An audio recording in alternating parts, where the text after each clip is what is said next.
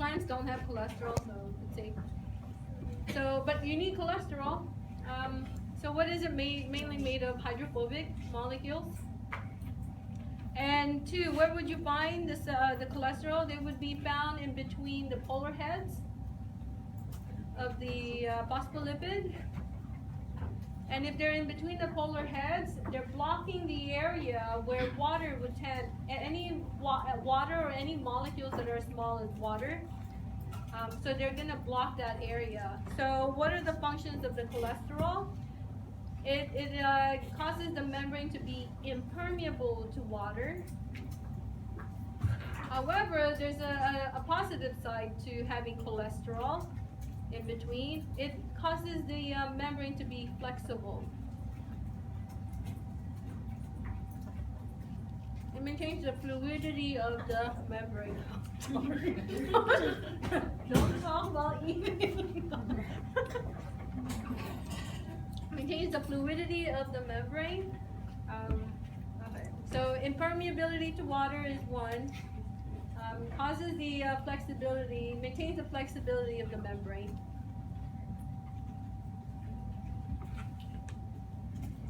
Okay. You guys are okay? Yes? Next question. What constitutes a glycolipid? Sugar and sphingolipids.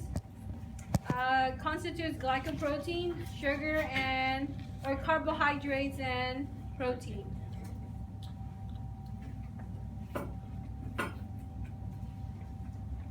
Why didn't I say, you have to say carbohydrate, because glyco is associated with glycogen, which is a complex carbohydrates. It's a polysaccharide. H, where would you find glycolipid and glycoprotein in the cell? They're usually on the outer external surface of the membrane, facing the ECF.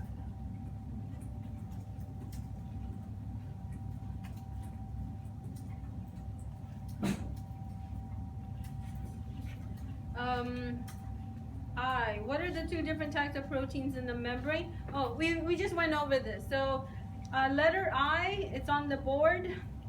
That's your peripheral and an integral protein.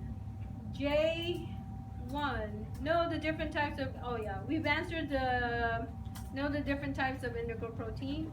J2 are both types associated with cell junctions. The answer would be no. Only transmembrane protein, which is also known as the membrane spanning protein, is the only one that's associated with the cell junction.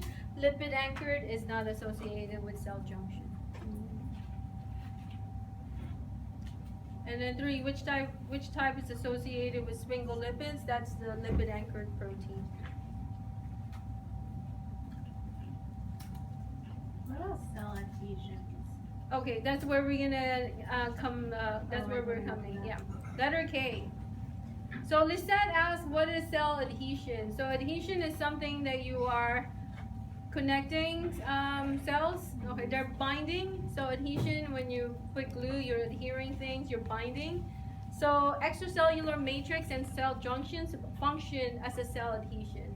So they do bind cells, but they're found in different sites. But it's not a protein, it's not a peripheral or integral. Oh, they're proteins.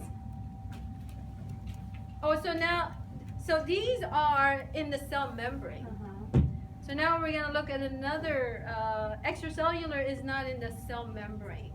It's extracellular matrix. Extra is outside, yeah. But the cell junctions are. I see. Okay. So K, good question. K1, what are the 3 different types of extracellular matrix and their functions? So you have here in your earlobe, your nose, they're made of elastin, yes. Okay.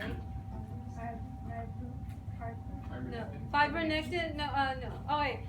Okay, so give me one extracellular matrix. So extracellular matrix proteins are proteins that are not embedded in the cell membrane. So they're not membrane spanning or transmembrane protein.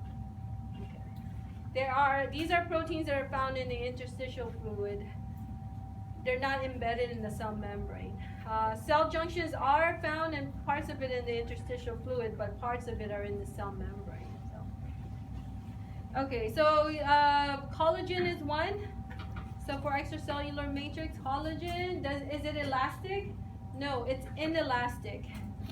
And then elastin is the elastic protein. And then the other one is the fibronectin, which is found within also what? It can also help with cell adhesion. It's actually also, it helps bind cells together. But they're all found in the interstitial fluid. And then where would you find these types? Okay, letter L. Okay, I'll wait. Any question? Am I going too fast? Are you guys confused? Having a headache? You okay? Don't be shy. Express it. Really. Just say it. It helps. Say, Christine, I don't get this. I bet you're not the only one. And if you don't get it, I'll probably take it out. You know, if it's something that probably didn't make sense to you, I'll take it out. But I can't take everything out. I know someone's gonna say, we not have a test. Okay. Letter L. What is the common function of the extracellular matrix and cell junction? It's cell adhesion. That's the common function. They help bind cells together in different ways that they, 2, be familiar with the different types of cell junctions, functions, characteristics, membrane proteins, and sites. Okay, so give me one type of cell junction. Gap junction. Okay. Give me the function of the gap. Not the gap band, but the gap junction. Communicating. It's a communicating junction, yes. Think of it as the Bay Bridge or the Golden Gate Bridge. If you don't have those bridges, can you communicate? No, you can't. So the gap junctions are like the bridge. They function as a communicating junction. Give us characteristics of these gap junctions. So it's made of, these are the proteins. So the bridge, the whole unit is made of connexin, which is made of 6 different singular connexin. Does that make sense? Remember, the bridge, if you take it out, it's made of different parts. So the different parts, those single parts are called connexin, and the whole unit, as the bridge, is the connexin. And what does gap? So in terms of communication, it allows the movement of ions, ATP, across from one cell to the next.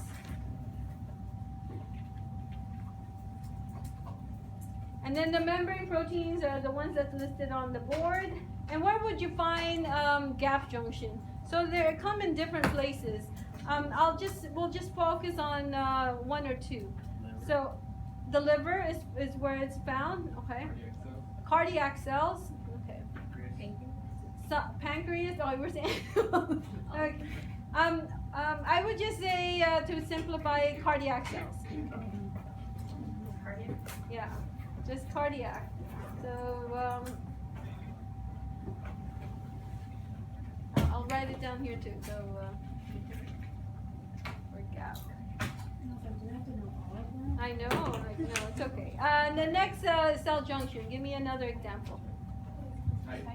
Tight. Okay, so tight junction. Give me the function. Occluding junction. It restricts substances between cells. Huh? It restricts the passageway, yes, of substances. Prevents the leak, yes. Okay, so we have a common theme for occluding. All right, it occludes. Then the membrane protein is the occludin or claudines. And where would you find tight junction? We mentioned this several times. So the epithelial lining of the GI tract and the kidneys. Okay. The epithelial lining of the GI tract and the kidneys. That's where the tight junctions are. So when you're eating, you just ate, you don't absorb all the substances from like the Cheetos. You prevent certain things because of the tight junction. And all those things that are prevented, they become fecal matter. So it comes out of your body in another tube. In your rectum. Okay. Next page. Third cell junction. Desmosomes. Okay. And functions of the desmosomes is? Anchoring junction. Yes. And what's the characteristics of anchoring junctions? It resists any damage. Yes. Stretching. Okay. So what particular area has a lot of involved with stretching? Yeah. What kind of organ or cells? Yeah, your skin, your cardiac, your heart. It's always beating. It's always contracting. It doesn't stop unless you're dead. Okay. Which is the most strongest junction of all? The desmosomes area. Okay. So the side here would just put cardiac. The cardiac. Yeah. Okay. So we're done with cell junctions. Now we're ready to move on to membrane transport. Yes? Yeah? Okay. Two more main topics. No. Number 8, know the differences between the following. So we know permeable versus impermeable. Yes? Okay. Selectively permeable. We can skip all that. Yes? Okay. Unassisted versus assisted. Passive versus active. Okay. So we skip number 8, A, and we're moving on to B. Name particles that require assisted transport. Hydrophilic. Ions, yes. Is there anything else? Large molecules. Polar, organic, inorganic molecules. So let me give you the big picture.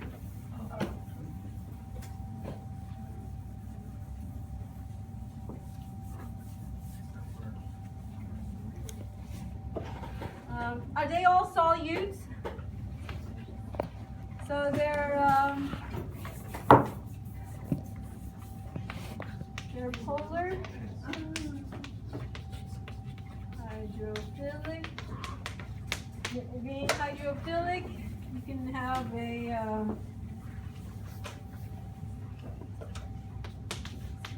ions, organic.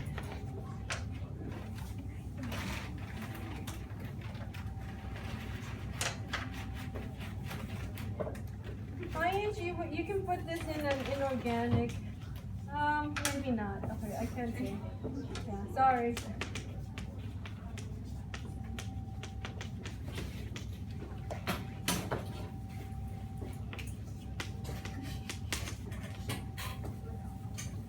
Okay, those are the ones that requires assisted means.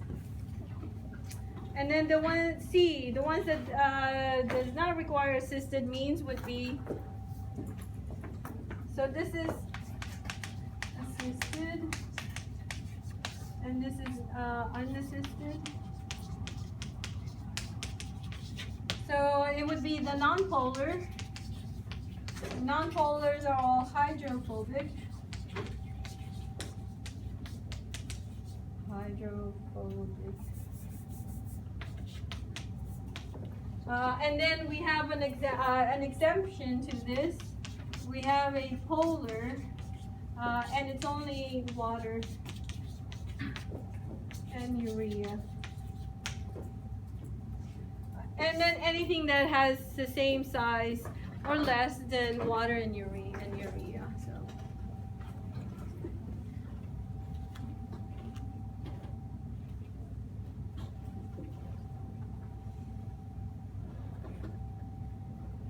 halfway. Number 9A. What are the 7 types of transport? Halfway. Yes. Alright, we're halfway. Okay. It's not easy writing a test questions. They're tough. Number. I know it's not easy for you guys to memorize this, absorb all the information. So 7 types of transport mechanisms. Osmosis. Okay.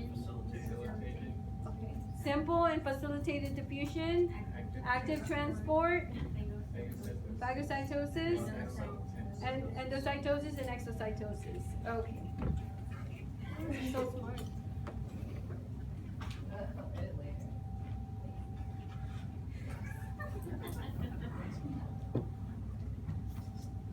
So that's like the whole thing, like everything. Yeah, that's the whole different types of transport mechanism. Yes.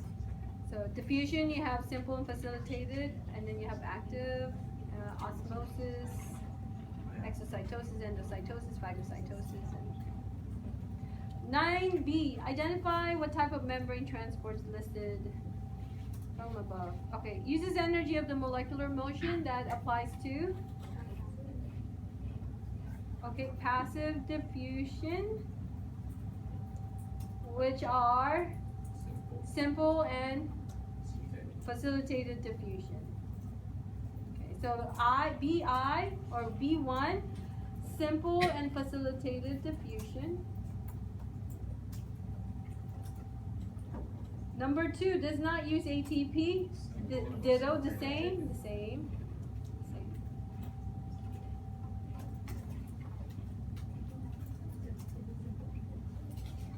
Number 3, nonpolar and hydrophobic molecules, that would only be simple diffusion.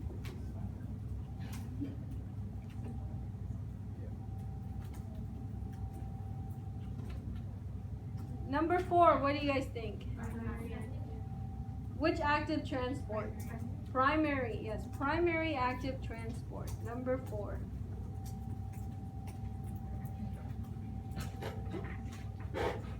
Number 5, it requires a carrier or a channel or a carrier. Facilitated, yes. On the side note, what type of molecules go through channels? Inorganic, yes. And then carrier, organic. Okay.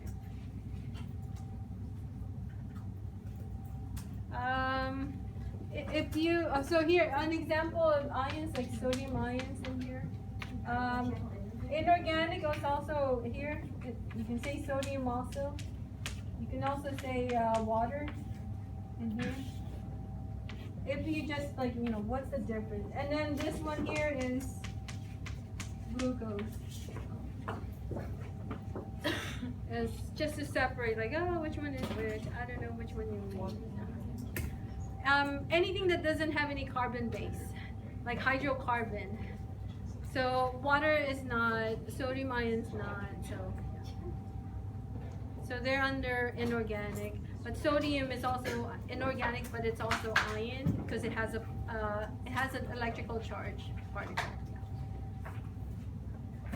Okay, number 6, only carrier, that would only be the active transport. Number 7, bound vesicles, that would be phagocytosis, endocytosis, and exocytosis. They all require a membrane-bound vesicles. Number 8, which one do you guys think?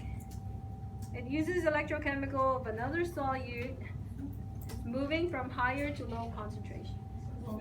Secondary, yes, secondary active transport.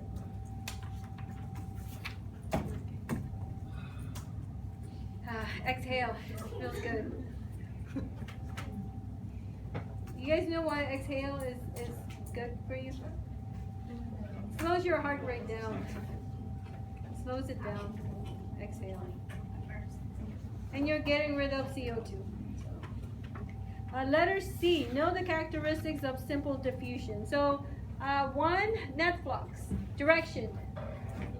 High to low, yes. ATP or passive? Passive. Transporter? None.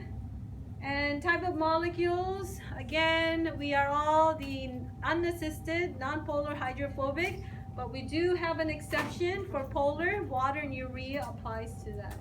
Or any solutes that are as small as water or urea.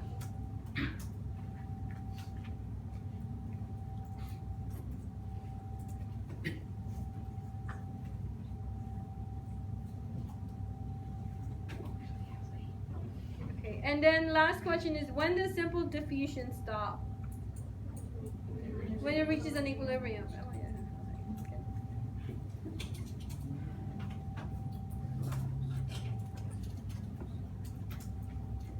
Enjoy your weekend, you guys. enjoy learning as well. Have fun. You should enjoy while you're learning.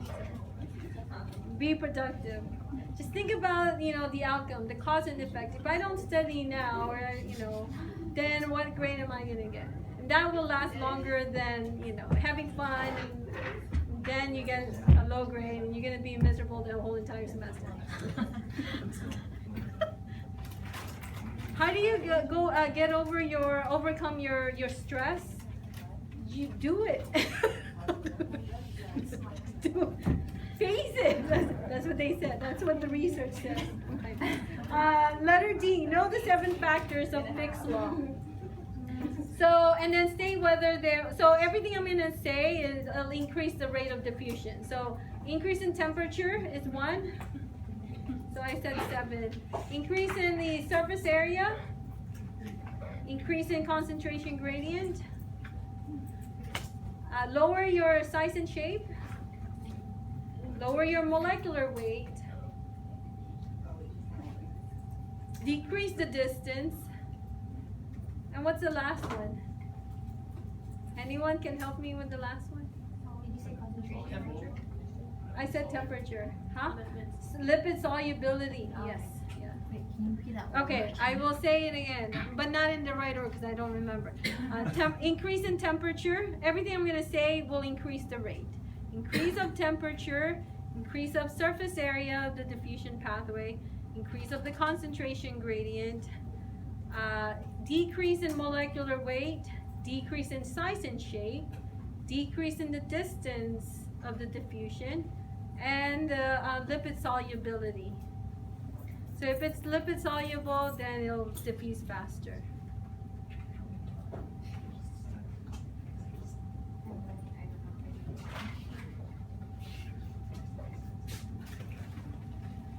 Okay, letter E. What is osmosis? So osmosis is the diffusion of water from. Okay, so for 1, 2, and 3, you can circle which is which. So for 1, is it from hypo or hyper? From hypo to hyperosmotic. Number 2, higher or lower concentration of water? High to low concentration of water. And then 3, high or low concentration of solute. Low solute to high solute. Okay. F, what is osmotic pressure and its effect on the rate of osmosis? I'm just going to say that if there's a higher concentration gradient, the higher the solute concentration, the greater the rate of osmosis due to higher osmotic pressure. Yeah. You want me to take it out? I can take it out. Yes. All right, let's take it out. Yeah. Letter F is omitted. Yes, letter F is omitted. But will I tell everybody in the class which ones are omitted? That is so. You guys are so mean. Really? I won't? Yeah, that's true. Okay, that makes sense. It's fair. It's fair. Spending our time with you. Oh, yeah. And I feed you guys. And I'm going against the rule. If I get in trouble. Okay. Letter G. 1. What membrane transport does water uses without assisted means? Simple diffusion or osmosis? Well, simple diffusion for sure. Simple diffusion, to be specific. Osmosis, we don't know whether it's going with or without. So it's simple diffusion, we know it's not going with any, it's unassisted. What's aquaporin? Water channel. Yeah. Okay. Now, G2, what membrane transport does water uses with assisted means? That's facilitated diffusion. So if it's facilitated diffusion, if water is going through by facilitated, that means that it's going across an aquaporin channel. So the protein transporter would be aquaporin. Do you want me to write it down?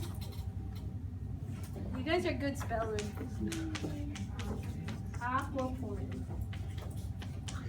So does this make sense now? When water is going through osmosis, if it's going through by simple diffusion, there's no assisted means at all. They can fit through the pores of the cell membrane. If it's going through facilitated, that means it's going with assisted means, which is using aquaporin channels.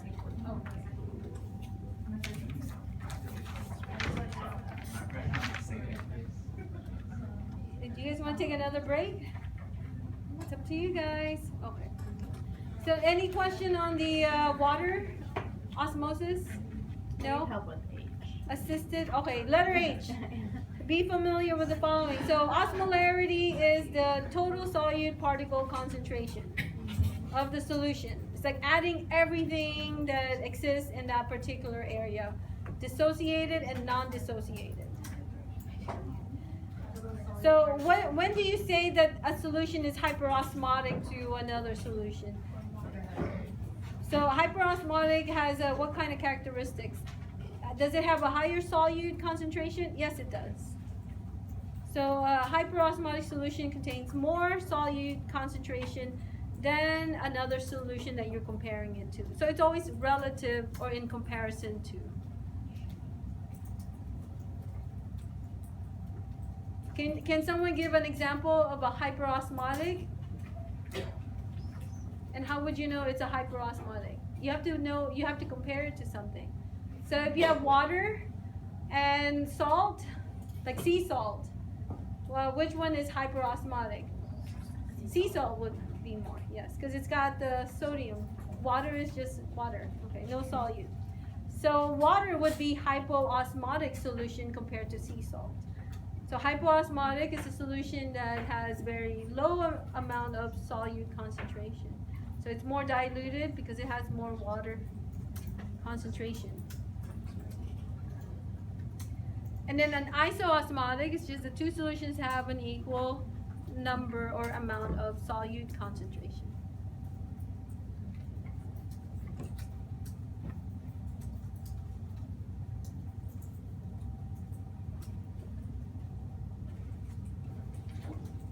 Of water concentration? Oh, here. So give you an example.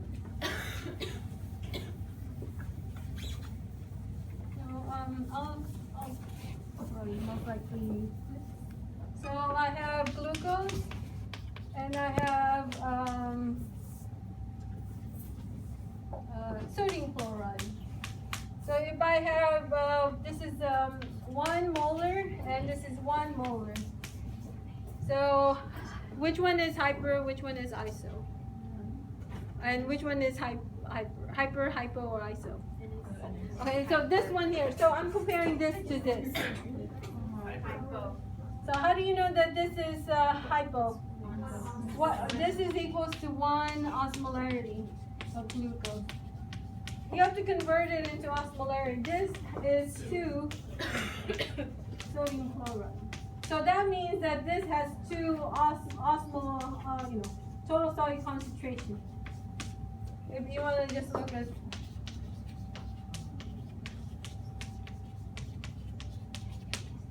So therefore, this is 1, this is 2, this is 2 is higher is hyper osmotic. Now, can we also say that this is hypertonic? Yes. No, there's no cell. We don't see any reaction of the cell. It's just concentration, just the quantity. We're not looking at the quality of it, the effect, the tonicity. And then this, the sodium chloride is hyperosmotic, so therefore this is hypo. We're comparing it to. when do they become isoosmotic to each other? When do they become isoosmotic? What would you change in here to make it isoosmotic to sodium chloride? Yeah, if you make this 2, then yes, they are isoosmotic to each other. Because the number of total solute particle is equal. It's the same, so they're iso meaning equal. So they have an equal, doesn't matter what the solute is, but the amount of it, the value, is the same. Does that make sense, you guys? Yes? Isn't there another like set of words that are exactly the same thing? I get so Give me all those words. No. Because there's there's the osmotic, and then there's the tonics, Yes. and then there's one more, right? There's another set of words. There's this, and isoosmotic. No. Then there's tonicity, which is hyper. Now, tonicity is, they're the same words, kind of, but with different endings. yes, But correct. then isn't there another set of words that are kind of the same? I don't know. We haven't gotten that yet. I'm not so sure. I guess not. If I think about I it, just I'll get let you know. confused. I get confused, like, overlapping. Because I know one of them talks about solutes, and another one talks about Tonicity. I know that. tonicity. This is also part of tonicity. You have to consider this also. Tonicity depends on the concentration also.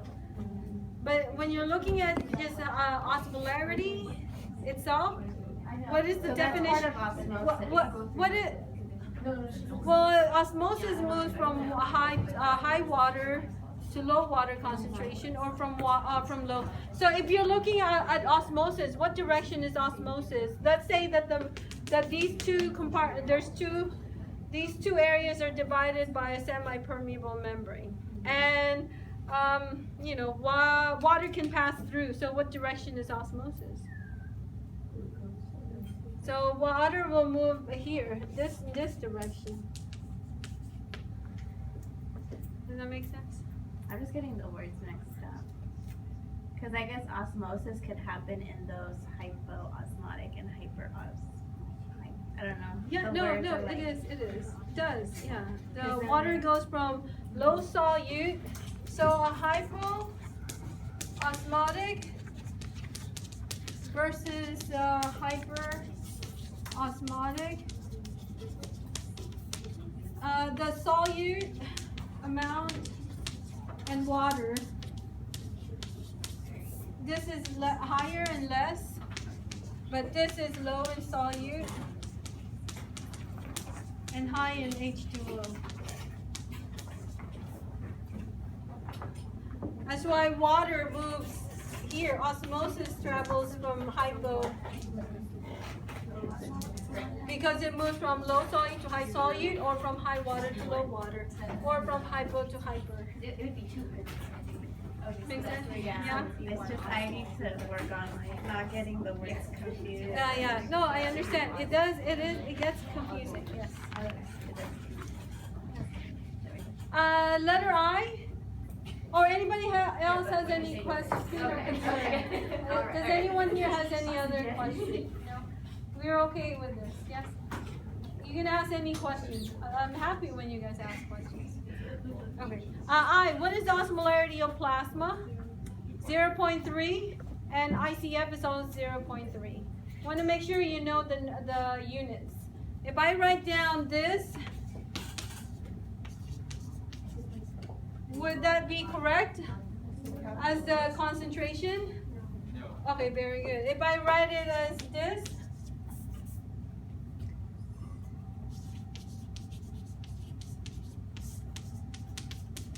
would that be correct? Yes. If I write it as this, would that be correct? Okay, which ones are correct? This and this? Okay, good, you guys. Okay. And then the next question is J. What is tonicity? So tonicity is the effect of the ECF, so your internal environment, on the volume of the cell. So there's three things that can happen to the cell depending on the tonicity of the solution. Okay. So when I ask you guys tonicity, the tonicity of the extracellular fluid, not the inside of the cell. When you guys, wear a jacket outside, and when you go outside, why do you wear a jacket? Because the weather outside influences you. So the extracellular fluid, whatever the composition of the extracellular fluid, will influence the cells. So the cells can either crenate, it can lyse, or it can remain the same. And how does that depend on? The tonicity depends on the osmolarity of your extracellular fluid. Because if there's a concentration gradient, diffusion will take place. Yeah? And also it depends on the permeability of the membrane. Why are we concerned about the permeability of the membrane? Because water, we know that it will always go in and out depending on the concentration gradient. But if you also have a solute that can penetrate across the membrane, that will also have an effect on the cell itself. So tonicity depends on the osmolarity of the solutions and also the permeability of the membrane. Okay. So letter K, we did this, oh no, we didn't. Okay, K, what are the characteristics of the following solution? So hypertonic solution has what type of osmolarity? It's hyperosmotic. And the effect on the red blood cell will cause crenation. On the side note, why, I was gonna write down, what causes the crenation? Due to water leaving, yes. And why is water leaving the cell? It's higher concentration outside because water moves to a higher concentration. So you're gonna have to kind of fit everything together as a big picture.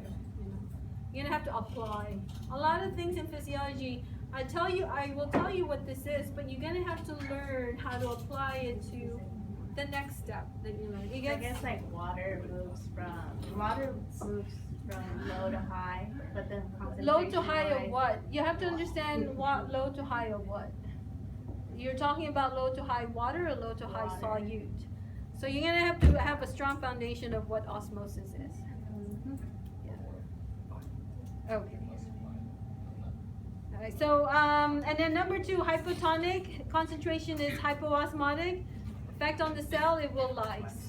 Well, red blood cell hemolyze. It will hemolyze because water will enter the cell because the concentration of ECF is hypoosmotic. And then an isotonic osmolarity is isoosmotic. Therefore, it doesn't have any effect on the volume of the cell. It remains unchanged.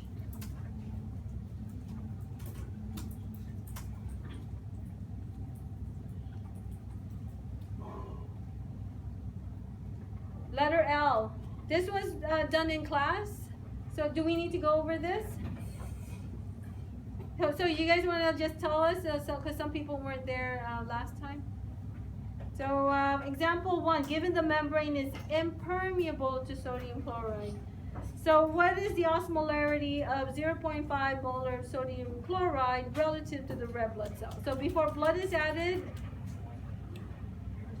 it's hypertonic, yes. How do we know it's hypertonic? Because the ICF has a concentration of 0.3. Okay, so 0.1 is greater than 0.3. Blood after blood is added, then it's still hyperosmotic. Do we understand why the concentration remains the same? There's no diffusion of the solute. No diffusion of the solute, but there is a diffusion of water. Number 2, what is the appearance of the red blood cell? It will crenate. And explain the cause of the appearance, because what? Solution is hyperosmotic to the ICF. Therefore, osmosis will occur from the inside to the outside. Because it moves from hypo to hyper osmotic. Yes, Marisa? Does the membrane impermeable? So yeah. Yeah, it's given Okay, here. okay, we get it. Example 1, given that the membrane is impermeable. Do you want me to draw this again on the board? Or you're okay? Yes? No? You weren't here. You're okay? Huh? You're good? Yeah? Alright, so number 4, the tonicity is hypertonic. Alright, next question is the second example. Given that the membrane is permeable to urea. So on the test, I'll let you know whether the membrane is permeable or impermeable. But you should already know which ones are permeable and which ones are impermeable. We've already went over the assisted and unassisted means. Okay. Number 1. So before blood is added, what is the osmolarity? It's hyper, 0.5 versus 0.3. After blood, it's hypo, because urea entered the cell. Half of the concentration of urea entered the cell, while water from the inside went outside. But now the concentration inside of the cell is higher. So that's why it's hypo outside. Number 2, appearance of the red blood cell, it will be hemolyzed. And the cause of that is because of the urea entered the cell, water went out, but water went back in. Do you guys remember because when urea entered the cell, the ECF became hypoosmotic. And the inside became hyperosmotic. So therefore, water by osmosis will enter the cell. So that's why the cell burst. Given that the membrane is permeable to urea. And then 4, the tonicity is hypotonic.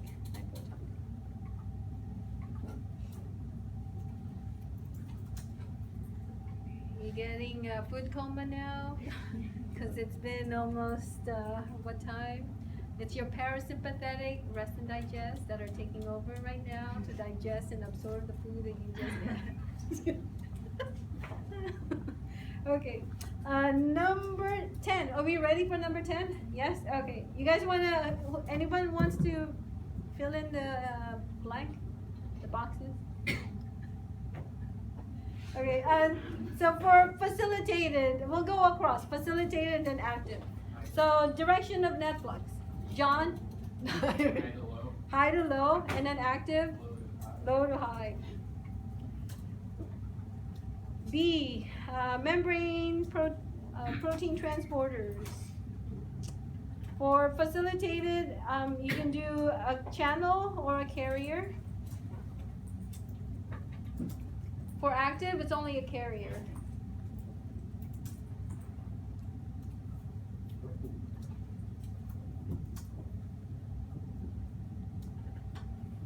Letter C, passive for facilitated. For active, it's ATP for primary, and then for secondary, other sources of energy. Electrochemical gradient of another solute moving from high to low concentration. That's for secondary? That's for secondary, yeah. Secondary is an electrochemical gradient of another solute moving from high to low concentration.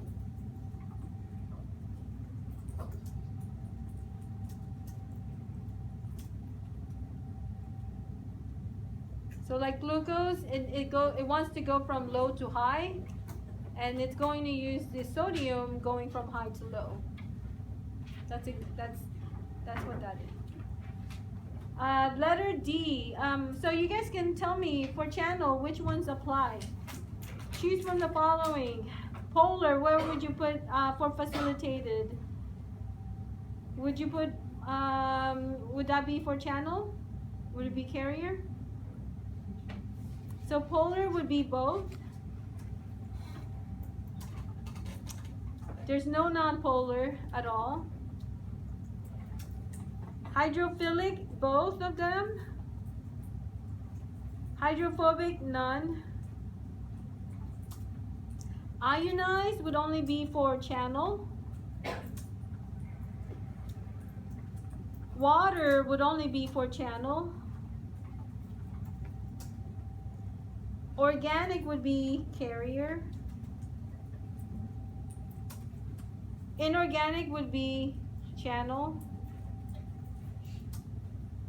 Sodium only would be channel, because that's ionized.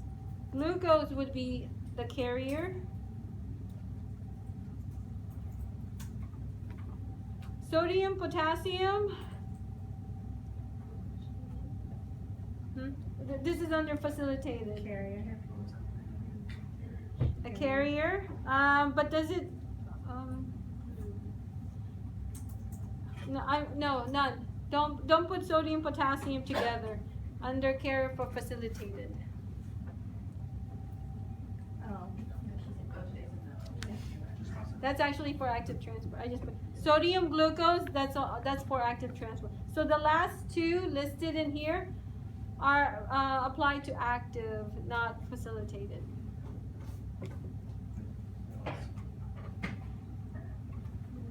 Okay, and then for active transport, let's see. So which one is for primary? So both are polar, hydrophilic. For primary, ionized is actually both primary and secondary. Okay, so I'm going to tell you which ones are both. So polar, both primary, secondary. No non-polar. Hydrophilic, both primary and secondary. No hydrophobic. Ionized, both primary and secondary. No water. No water. Organic would only be for secondary. Inorganic, it would be both primary and secondary. No sodium only. Glucose would only be on secondary. And then the sodium potassium on the bottom, that would be what? Primary. And then the sodium glucose, that would be secondary.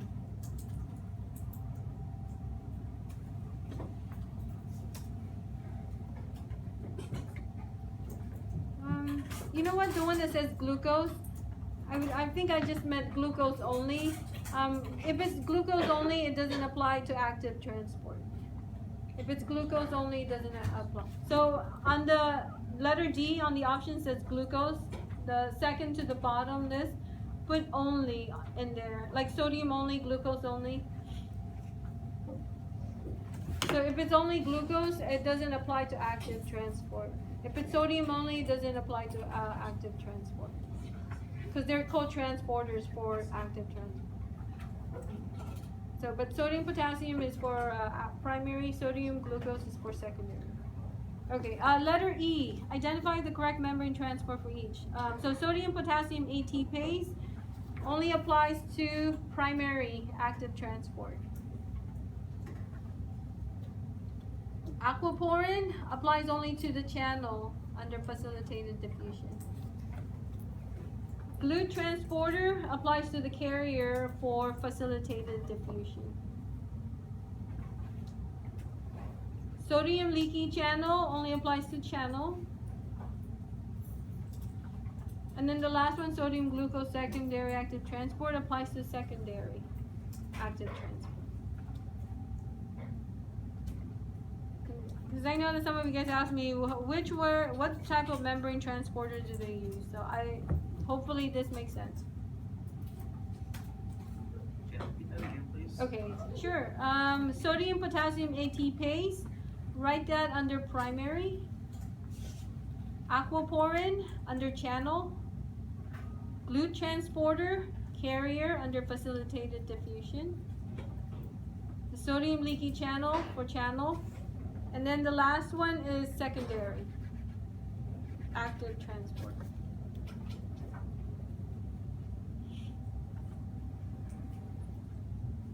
Okay, we're good? We're exactly halfway. Oh, okay.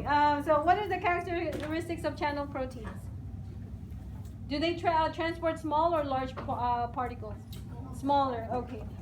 Do they have are they linked? The two compartments, extra and intracellular, they're linked together. Yes. Once they open, exposes to both sides of the compartments. Yes. What else? They have some of it are gated. So there we have gated channels and we have leaky channels. So B, the two types of channel protein. Gated channel, which is 90% of the time it's closed. And then you have leaky channels that are open most of the time.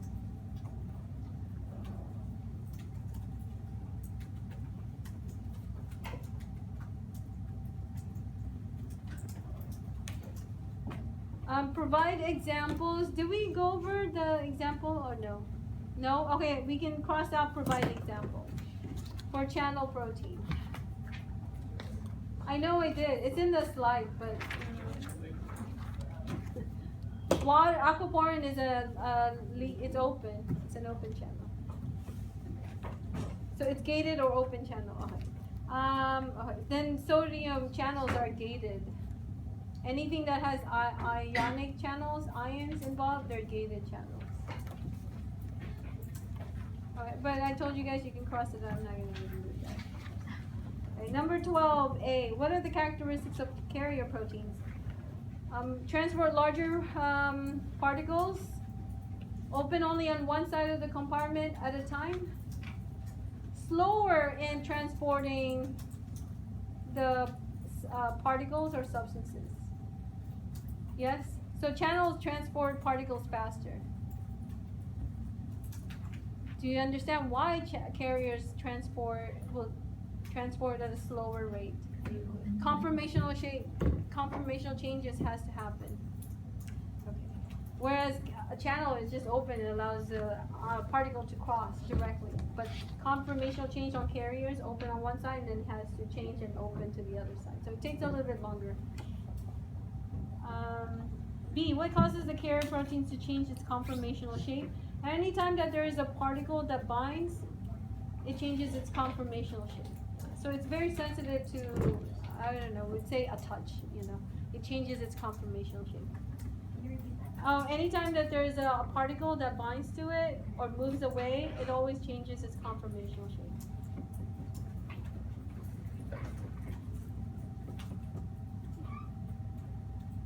So a carrier is identified either as a uniport, so 12C.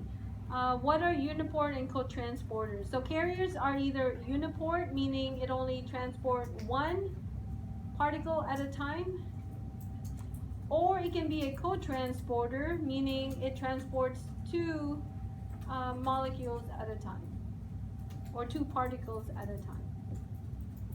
The co-transport, they can either go both direction in the same direction, which is symport, or in opposite direction, which is antiport. Make sense? Okay. No example. So you guys can give me an example of a uniport carrier. Glue transporter is a uniport. What membrane transport is that involved with? Glue transport is facilitated diffusion. And then for co-transport, symport would be SGLT, sodium glucose secondary active transporter. And then for antiport is sodium potassium ATP.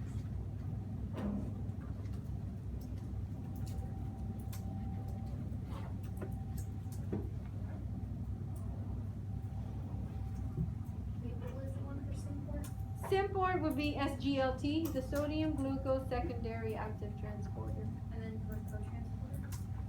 Oh, they're both symport and antiport are co-transporters. But if the co-transporters move molecules in the same direction, they're called symport. If they're in the opposite direction, they're antiport. So antiport goes for sodium potassium ATP, which is the primary active transport.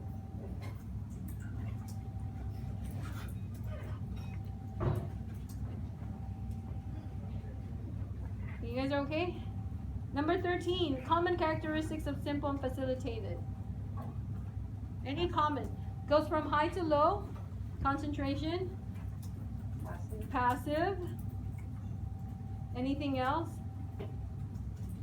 Apply the Fick's law. So Fick's law applies to these. Yeah, so the size and shape, temperature. But basically, it's high to low and passive. That's basically what they have in common. And then B, facilitated and active. Common characteristics: hydrophilic molecules, hydrophilic, polar molecules. All polar molecules are involved.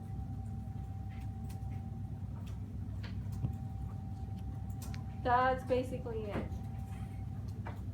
With the exception of water. Water doesn't apply to active. So, but,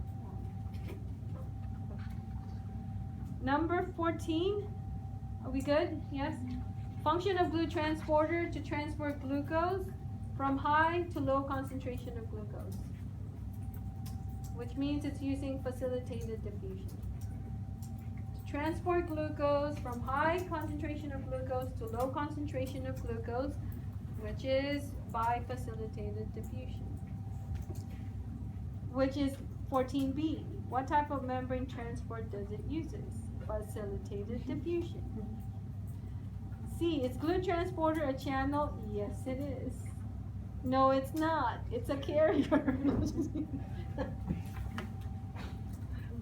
Okay, so a glue transporter is a carrier, and what type of carrier? It's a uniport carrier. Since it's facilitated, so it transports across the membrane without ATP. So it transports glucose passively. No ATP.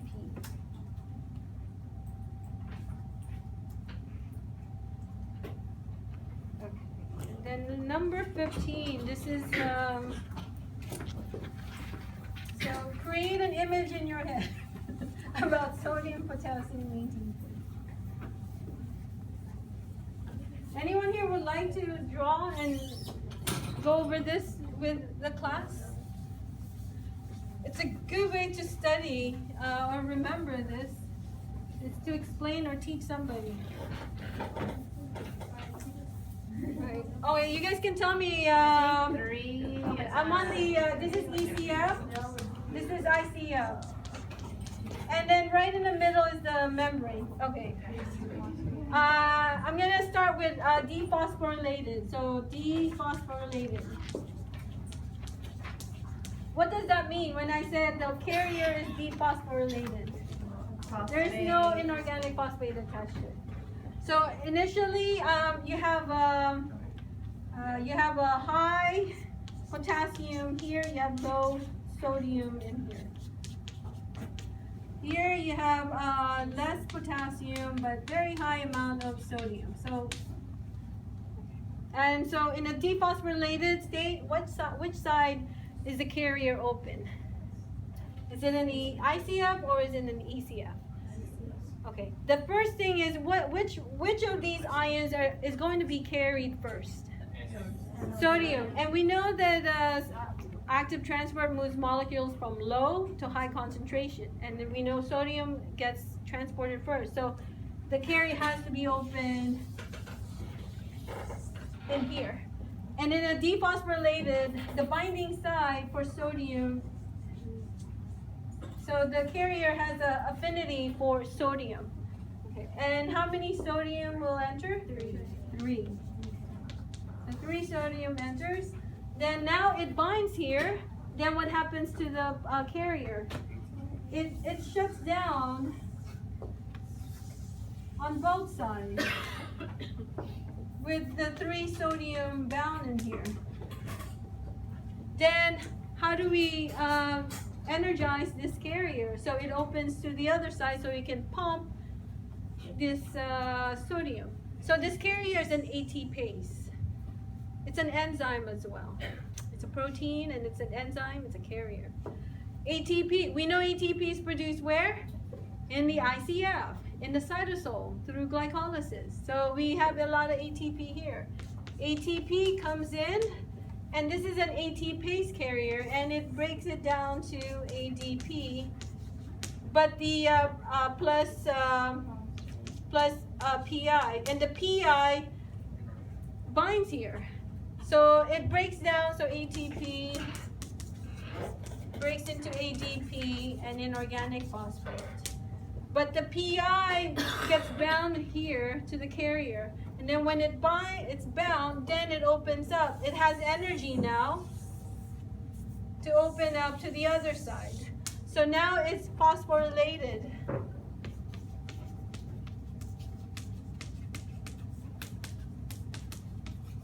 So now it's phosphorylated because now you have this inorganic phosphate. That's the energy that's allowing this carrier to move, change its conformational shape.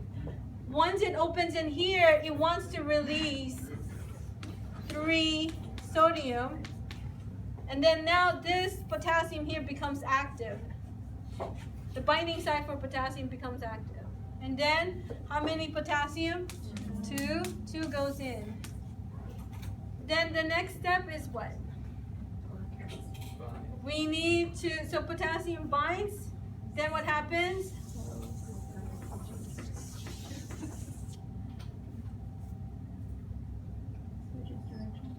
You lose the what?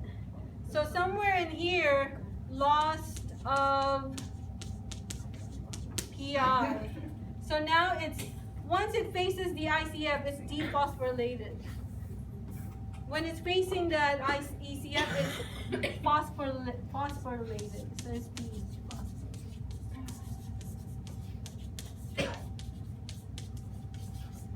and then you give up potassium, and then what happens? You're back to numero uno again.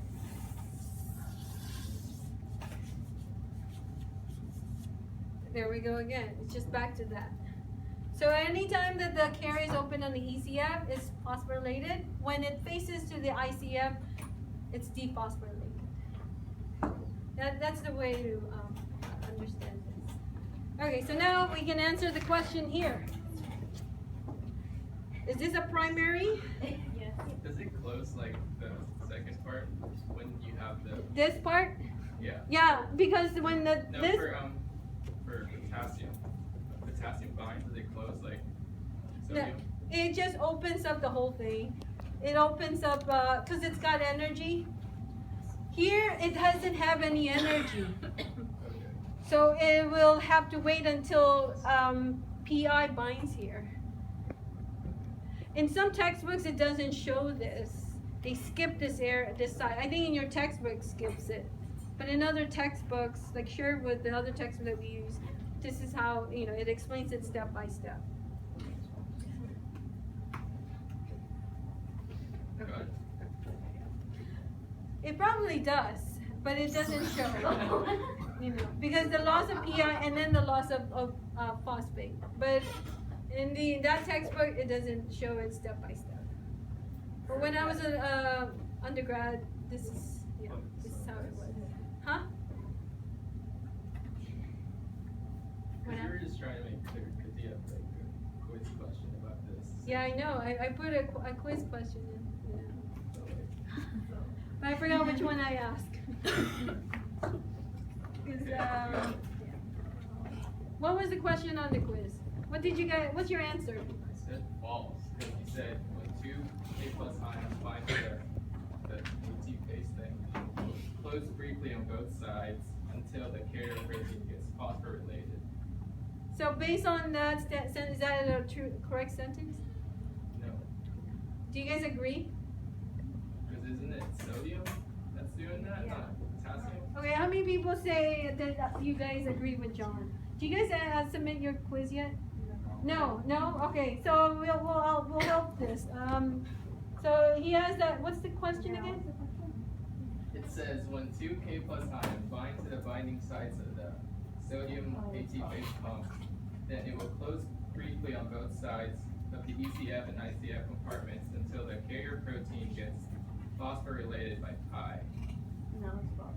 Okay, good. That's false. Man, this set, you're so confident. I'm confident. I'm gonna go and go along with the sentence. Huh? Sodium that does that. Yeah, it's the sodium that does that. Yeah. See, if you see the big picture, you're good. So let's answer this. A, is this primary or secondary? Primary. Primary is a transport, uniport, symport, antiport. You're probably sick and tired of this. B, which ions are being transported? How many? So 3 sodium ions from the ICF to ECF, and 2 potassium from ECF to ICF. Oh, and I answered C and D. Okay. In which compartment is sodium concentration high? It's in the ECF. D, which compartment is potassium concentration high? That's in the ICF. Am I going too fast? Yeah. I'm so sorry. So sorry. Okay. A. Do I go with A and B? Okay. A. Circle primary. And then also along with that, circle antiport. For B, ions are being transported. Okay. 3 sodium ions and 2 potassium ions.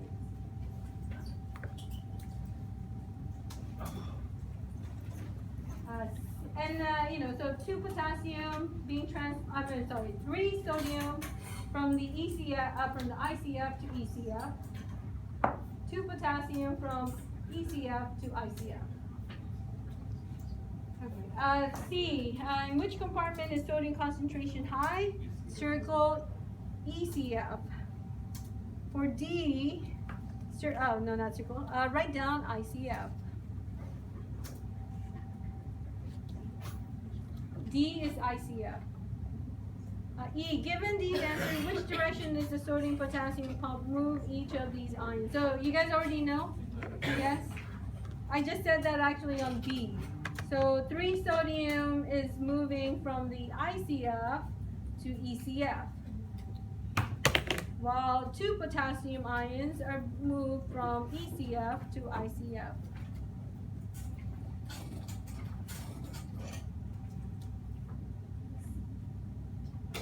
C, which compartment is sodium concentration high? It's ECF.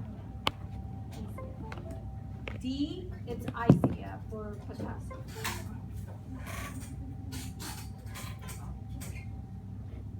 And then E, 3 sodium from ICF to ECF, 2 potassium from ECF to ICF.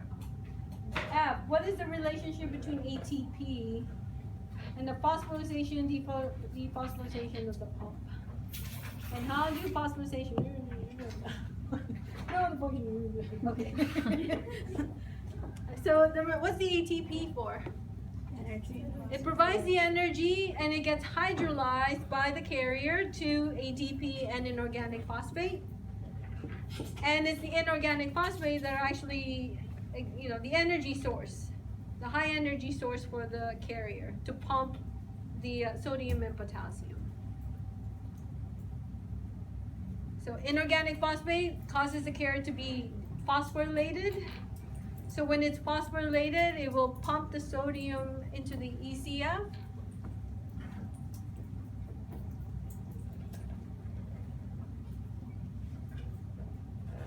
And then when it's dephosphorylated, when there's no more energy source, it releases potassium outside into the ICF. Yes. You said again when it's phosphorylated? Okay, when it's phosphorylated, it pumps the sodium to the ECF. When it becomes dephosphorylated, it pumps potassium in the ICF.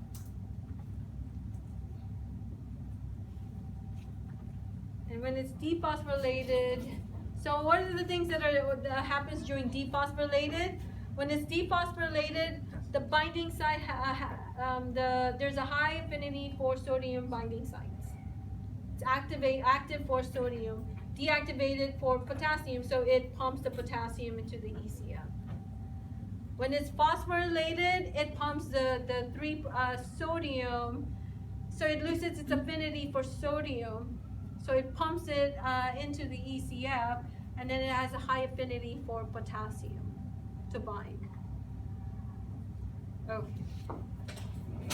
just have to, does that make sense?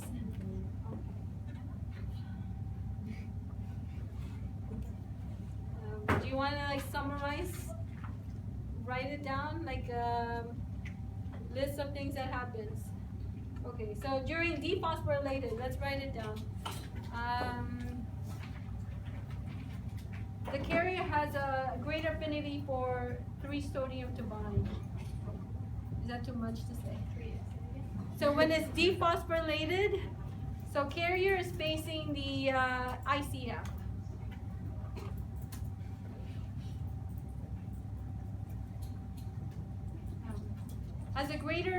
Carrier has a greater affinity for sodium to bind, 3-sodium to bind. And less affinity for potassium. So that's why it pumps the potassium into the ICF when it's dephosphorylated, because it has less affinity to hold on to potassium. Does that make sense?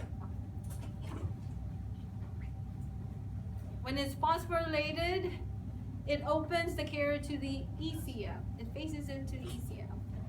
It loses its affinity to hold on to sodium, so it pumps the sodium out. And it has a higher affinity for potassium to bind. So that's what happens. So those are the changes. Yes? So when it's closed, is it neither dephosphorylated or phosphorylated? It's dephosphorylated. When it's closed. Right, yeah, when it's completely closed. And it's becoming phosphorylated. Because at that time, ATP is being broken down. Yeah. And then once it's phosphorylated, it opens up. Okay. So just understand, the events during when it's facing the ICF and when it's facing ECF. So facing ICF is dephosphorylated. When it's facing ECF, it's phosphorylated. And then you know which the carrier, the binding site, if it's has a higher affinity for one or the other. G, Noah, what stage is the pump closed briefly on both sides? So that's after when the sodium binds, and then it closes. And then it waits until ATP is hydrolyzed, and then the inorganic phosphate binds to it. I'm just describing what this picture is showing. So if you can picture this and describe the event, I think you'll be okay.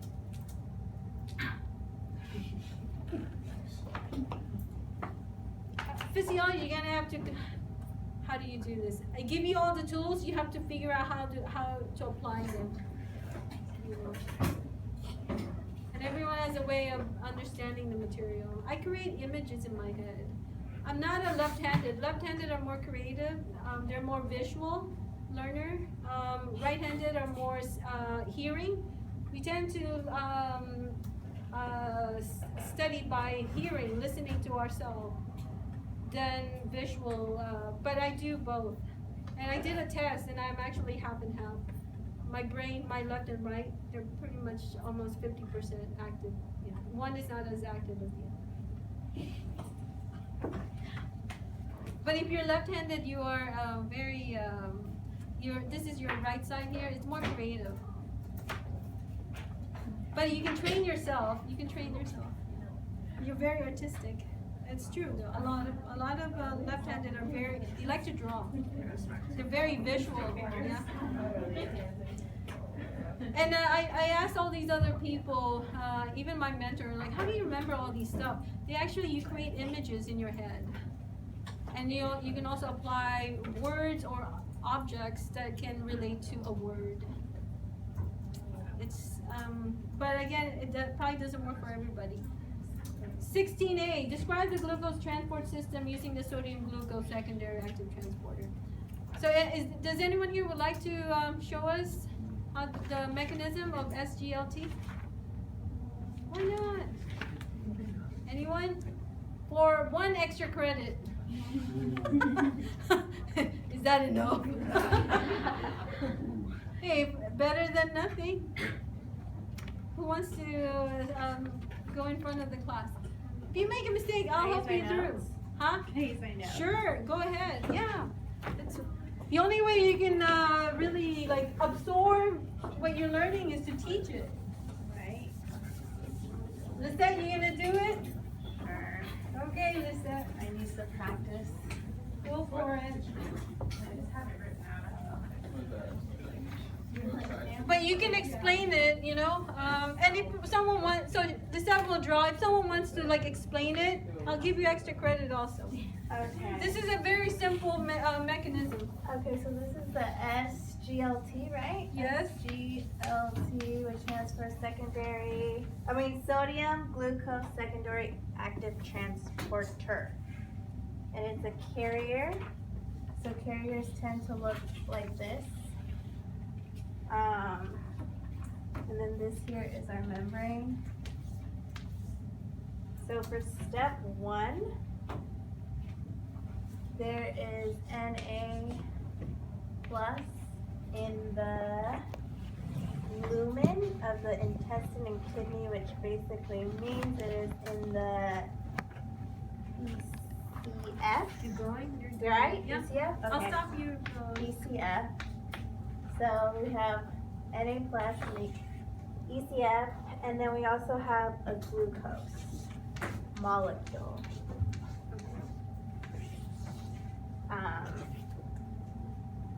The Na plus is a high concentration as well as the glucose. And then these little brackets You, mean you high guys can stop. concentration. Okay. Okay. What did you're doing well until when you get to glucose.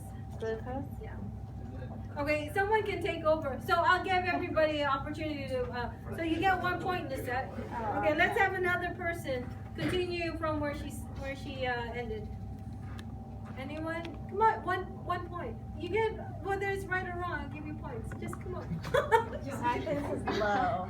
Very good, Lisa. Sorry. There you go. You'll never forget that. You know. Remember Yeah. tragic events. You never forget it. Those don't. get stored in the long-term memory. So She'll this is never- high, sorry. This is NA's high, glucose is low. Okay, good.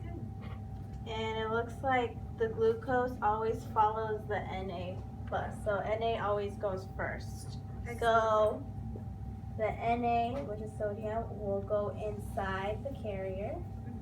So I guess that's step 2. It'll go inside because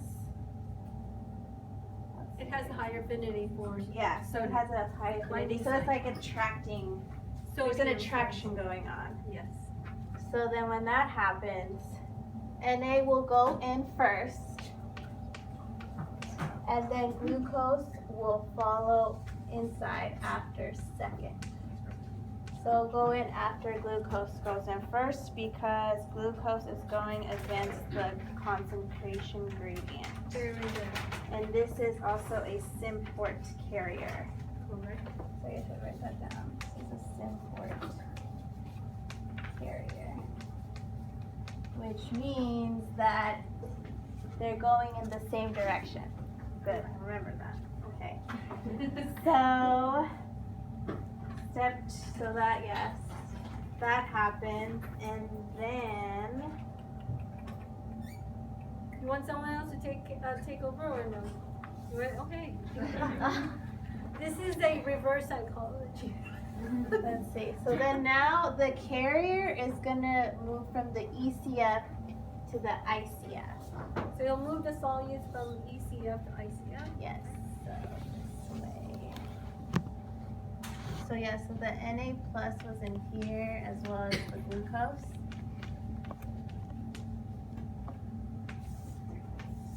So then we said that this was the ECF, this is the ICF. So, then they move, do they come out? Yeah, they do. They do. So They go Na out, goes yeah. first again, Yes. and then glucose follows right after second. Correct. Because glucose goes in that, It's the affinity for the binding side. And Oh, it it's- is? okay. I wrote because of Okay, concentration. and then that's basically it. It goes in the ICF.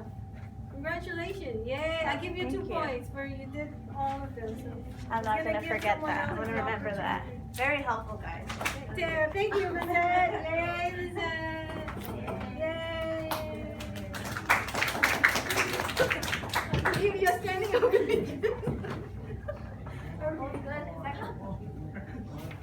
It's good to explain. I mean, it's good. Okay, so let's go to the next question, B. So Lisette said, is the protein transporter uniport, symport, antiport? It's a symport. Knowing which compartment is sodium concentration and glucose concentration high. So sodium concentration is higher in the ECF and it's lower in the ICF, and glucose is low in the ECF and high on the ICF. Where does the energy come from to transport glucose? It's the sodium going from high to low. And how does this, can you, it says compare and contrast between glue transporter and SGLT.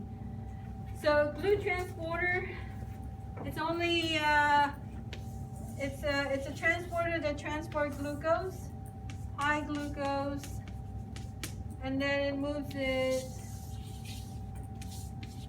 out to low glucose.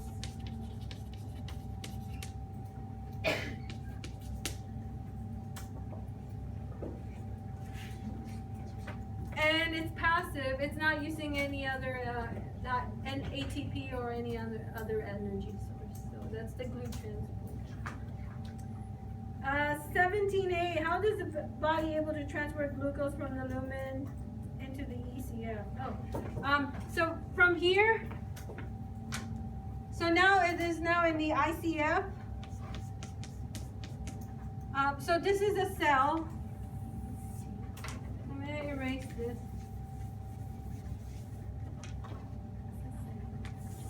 This is number 17, yeah. So how do you transport the glucose from the lumen into the ECF? So the opposite side. So this is also ECF, but ECF within the lumen. And then here's the ECF where it's going to meet with the blood vessel. So this is your interstitial fluid.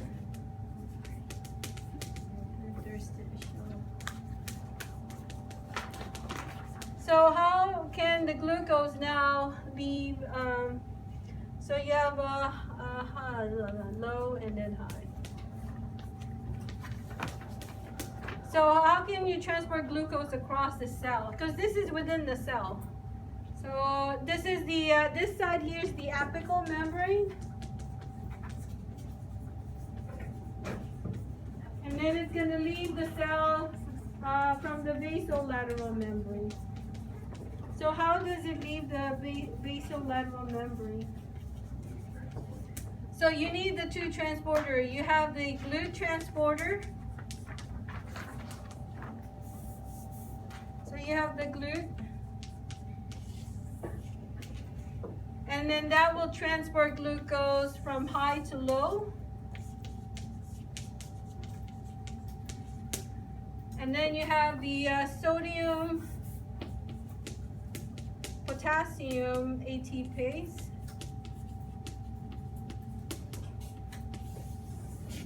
And it's going to pump the sodium from low to high, and then pump potassium from, again, low to high. Sorry, my drawing is messy. You want me to rewrite it again? Huh? Okay. I'm not satisfied. Okay, so I'm just gonna SGLT. So this is the low glucose, high sodium, lumen.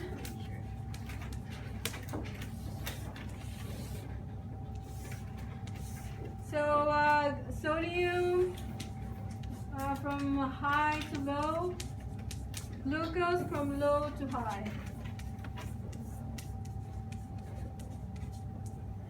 And then on the other side here, you have two transporter.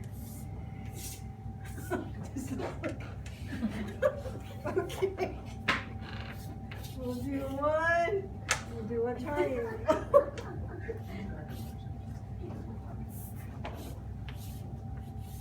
Okay.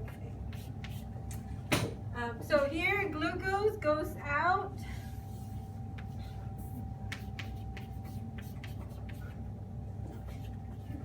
And this is your glut transporter.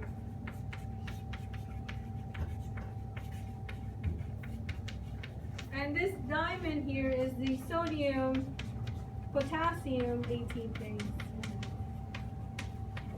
And this one here, it takes potassium from low to high. And it takes sodium, potassium from low to high. Okay, so that's how you transport all of these within the cell, within one cell. So to get the glucose to go inside the blood, you have to go through the SGLT first. Yes. And then it passes through the cell, on the other side of the cell, through the glut transporter.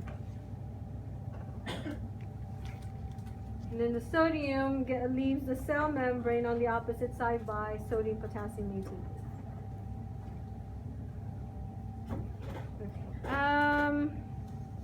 B, what transport proteins are in the apical membrane? So in the apical membrane, you have the SGLT.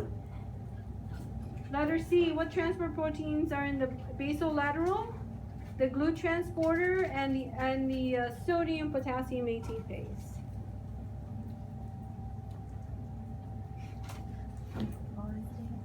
So B, the transport proteins in the apical is SGLT.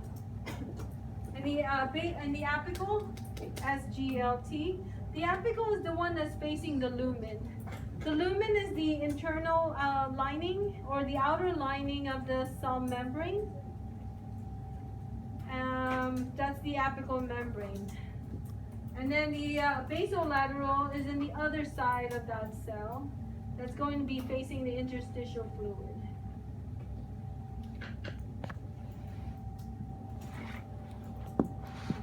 So C, proteins that are in the basolateral, the glut transporter, and the sodium potassium ATPase.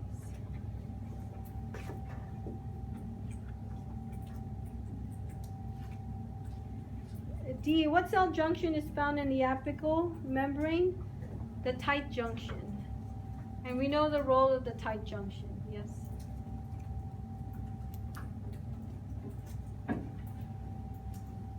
And it says, when is energy directly used? During the pumping of sodium from the ICF to ECF. For the sodium potassium ATPase. That's when ATP is used. ATP is used during the sodium potassium. ATP is used in the sodium potassium ATPase to pump the sodium out and to pump potassium inside the cell.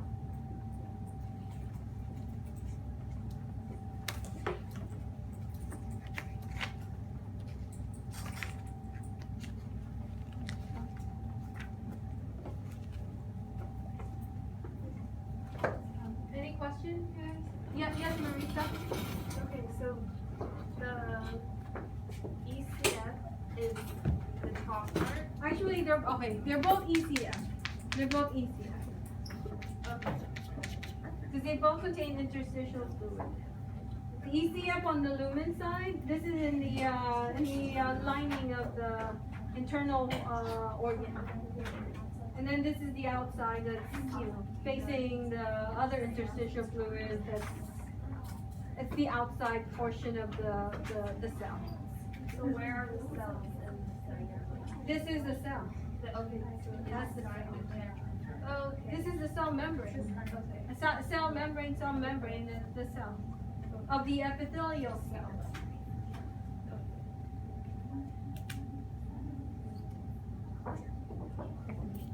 So you guys know that this whole thing here is a cell.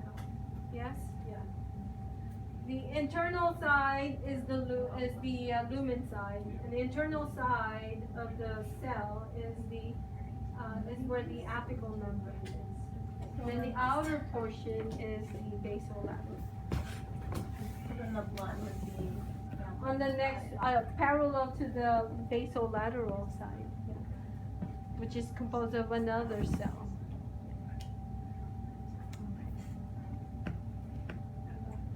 If you want to think about it, this side of the wall, if this is the room, the hallway is the lumen, the hallway is the lumen portion, okay? It contains content, it's in the ECF. That outside our window is also ECF. This in the internal hollow organ here, this is the apical membrane, this wall here. And then the window side is the basolateral. So you have things moving in the internal and the lumen section. They go into the cell, inside the cell, and they come out through the basolateral outside. And then jump off the window. Okay. Any questions? Anybody? We're okay. We're good. We kind of understand. Yes. Yes.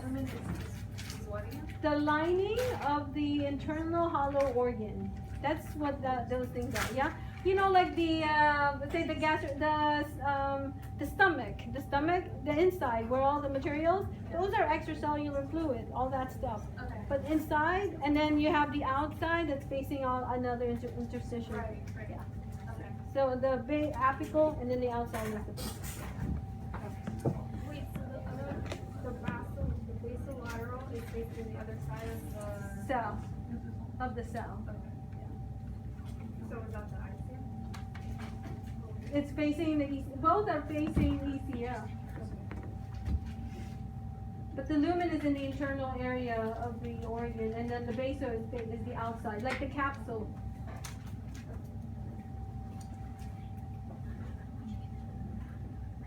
The wall here is facing the outside, that's basolateral. This one here where it's facing the hallway, the lumen, that's the apical. Okay, next page, number 18.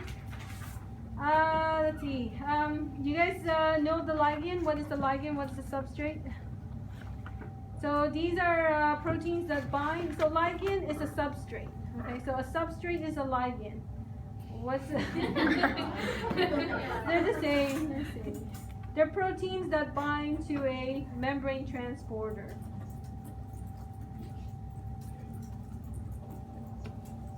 So you can say ligand or you can say substrate. They're the same thing. They bind to they're proteins that bind to a membrane transporter. Such as sodium potassium ATPase, food transporter, SGLT. Phagosome, those are vesicles that are what? What is it? Huh? Ingested materials, yes. Those are ingested materials from a phagocytic cell. So phagosomes are vesicles that contain ingested materials from a phagocytic cell. So it's a vesicle containing the ingested materials such as bacteria.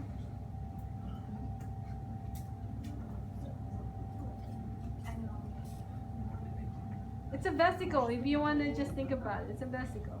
But phagosomes usually contain bacteria. Phagocytosis. What's a phagocytosis?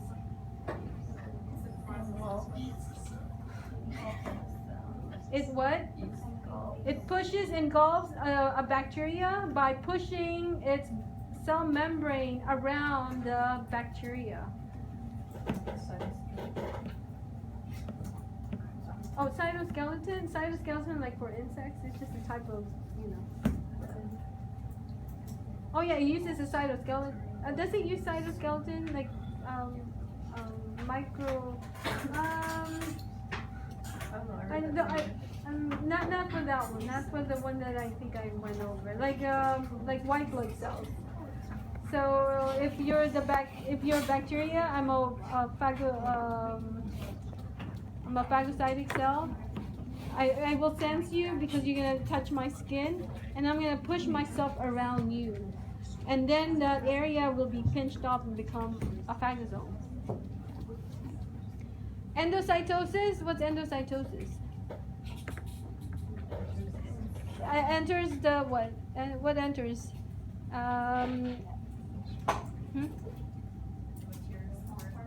Yeah. Okay. So when materials from the ECF enters the cell, it goes through endocytosis. By pinching off the there's an indentation on the cell membrane that will be pinched off and become a vesicle. So it's just how we transport substances from the outside to the inside of the cell. But phagocytosis and endocytosis are different process. What's the difference in the process of phagocytosis and exocytosis? So both of those, phago and endo, it's a process of what? Bringing substances from the outside to the inside. But phagocytosis is what? You're pushing the cell membrane around the bacteria until both sides of that cell membrane meets, and then they'll pinch off from the cell membrane, and that becomes the phagosome.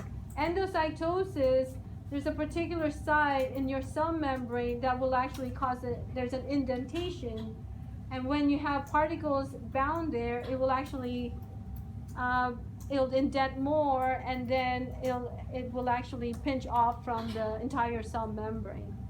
So it's part of the cell membrane, and it gets pinched off, cut off from the cell membrane itself.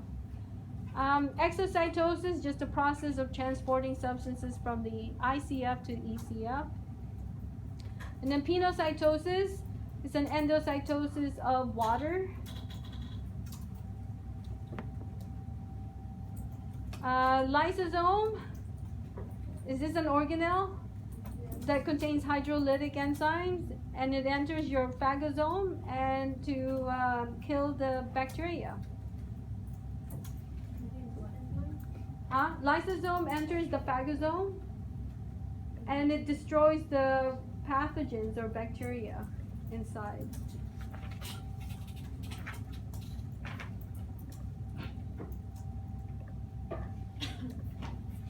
Coated pits are the site where endocytosis occur. And coated pits contain clathrin in the ICF section, in the ICF. So coated pits contain clathrin. These are proteins that are needed for the process of endocytosis.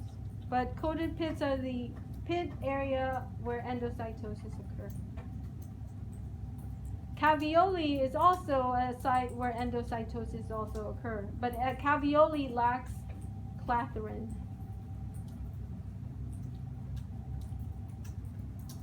So both caveoli and coated pits are the sites of endocytosis, but caveoli lacks the clathrin, but coated pits contain clathrin. Yes? So clathrin is just a protein like one of the Yeah, it's a protein that's actually, so here's the coated pit.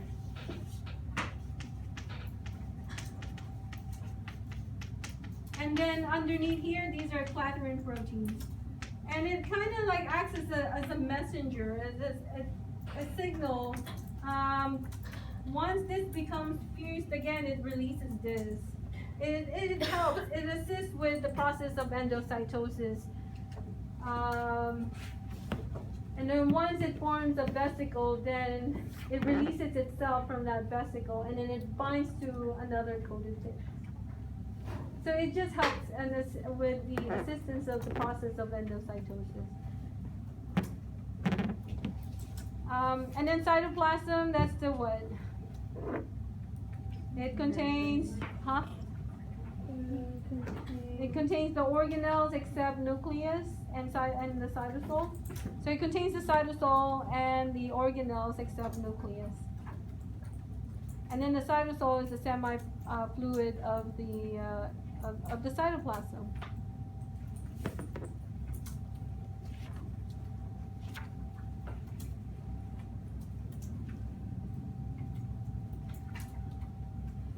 One thing okay, for number 19, what you need to know about phagocytosis is that they ingest bacteria. We'll just say that. It ingests bacteria, pushes its cell membrane around the bacteria until it forms a vesicle. And the vesicle is called phagosome.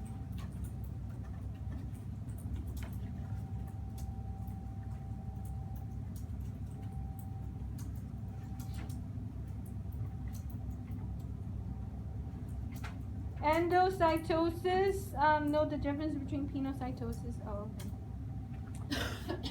Penocytosis is a type of endocytosis that transport water molecules, and just say water molecules, or even extracellular fluid. So just put a water or extracellular fluid. Receptor-mediated endocytosis. These are actually requires the coated pits and the clathrin.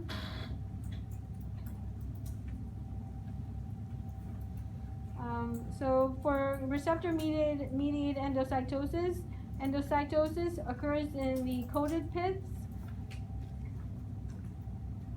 And then for caveoli, there's no clathrin in there.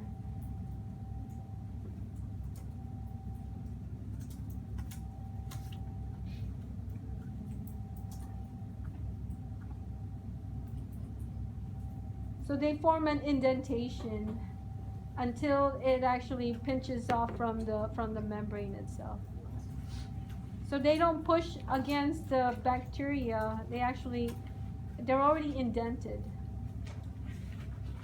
And then exocytosis, just the process of moving substances from the ICF to ECF.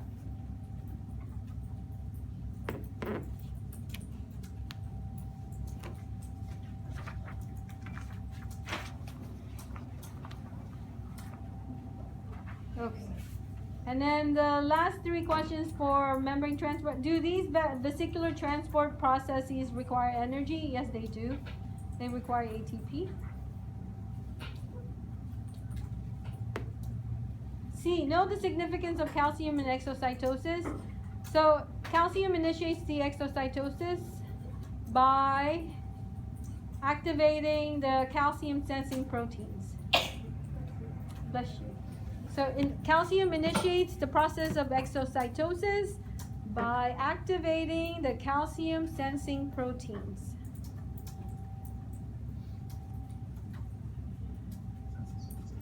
And letter D, what are the calcium sensing proteins?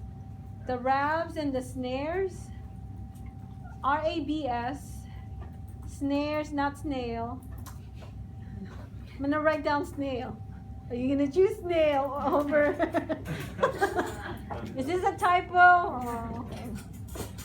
RABs, I'm going to maybe write down something that sounds like RABs. No, I don't know. Okay, we'll see. Or maybe write them correctly. But RABs, so which one helps guide the vesicles to dock into the cell membrane? The RABs. And which is the proteins that help with the fusion of the cell membrane? The snares. Okay, snares is the one that helps fuse the cell membrane. Fuse the vesicles to the cell membrane. Bless you. Bless you. Wait, is So, there a question on one of the quiz? It says exocytosis is initiated by an increase of what? of intracellular calcium ions. So is it an increase or is it just like any? Oh, calcium has to enter the cell. So know the significance of calcium in exocytosis. So calcium, you have to move the calcium inside. So there has to have an increase in calcium inside. Yeah. Increase in influx of calcium. Okay. We're done with membrane transfer. Now we're moving on to blood. Okay, so let's see which ones you just need to know. So we'll just look at the ones that we need to know. Characteristics of the whole blood. Give me a characteristics of the whole blood. Okay, it's it contains plasma and formed elements. It's a connective tissue. It has a 0.3 osmolarity. Blood volume is 5 liters. Plasma is 2 liters out of 5, and formed elements, 3 liters is plasma, 2 liters is formed elements. The pH has a 7.35 to 7.45. Okay, those are the characteristics you need to know. Connective tissue has 0.3 osmolarity concentration. It has 5 liters. 3 liters would be plasma, 2 liters are formed elements, and it has a pH of 7.35 to 7.45. 21A, what are the characteristics of plasma? What are the general components? Okay, so characteristics of plasma, this is an extracellular fluid. 92% is water. 7% is plasma proteins. How much? 7% of your plasma is plasma proteins, which are made in the liver. And if you missed this, you can find this on your slides. This is all. Or I don't know, but whether. And then if you were there, I wrote stuff on the board. You're good. Okay. Let's see. What was I saying? So 92% water, 7% plasma proteins, which are mainly produced in the liver. The most abundant plasma proteins would be albumin. Albumin. It makes 60% of all the plasma proteins. So most abundant plasma proteins are albumin. Let's see. And then it contains nutrients, waste, gases. That's in general.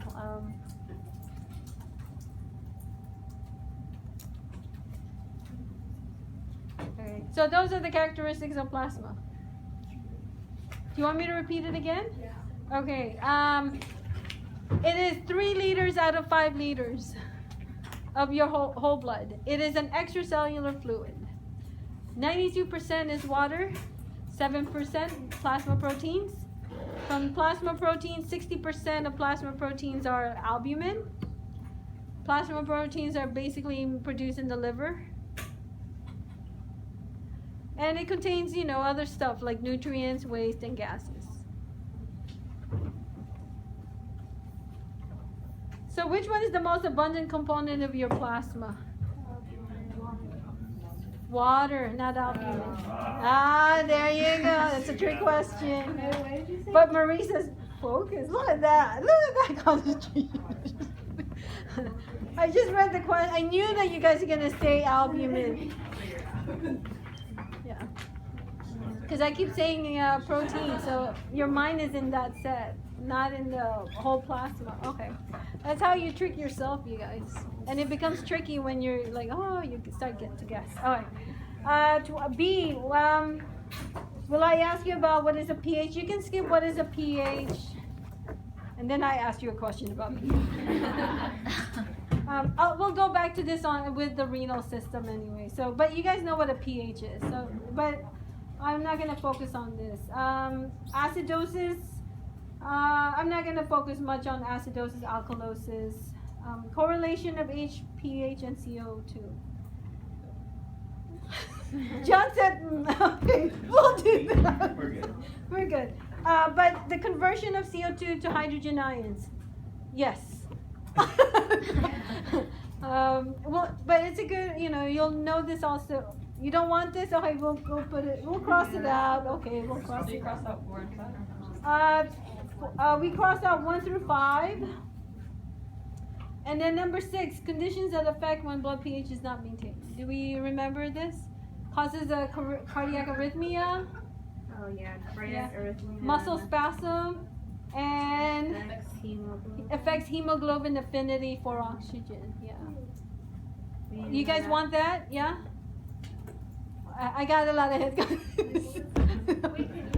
Yeah, what was the last one? So cardiac arrhythmia, Okay, I'll ask this on the next one. The renal system. Okay, I'm gonna make a note. Renal system. Okay, so skip 21B. Okay, C. Where do plasma proteins mostly made from? The liver. Okay. Characteristics of albumin. It's what? It maintains your osmotic or oncotic pressure. It's what maintains your osmotic or oncotic pressure. It transports substances. For example, bilirubin. It's a transporter. It acts as transporter. Okay, those are the things. That's it. E. Oh, bilirubin. bilibirun.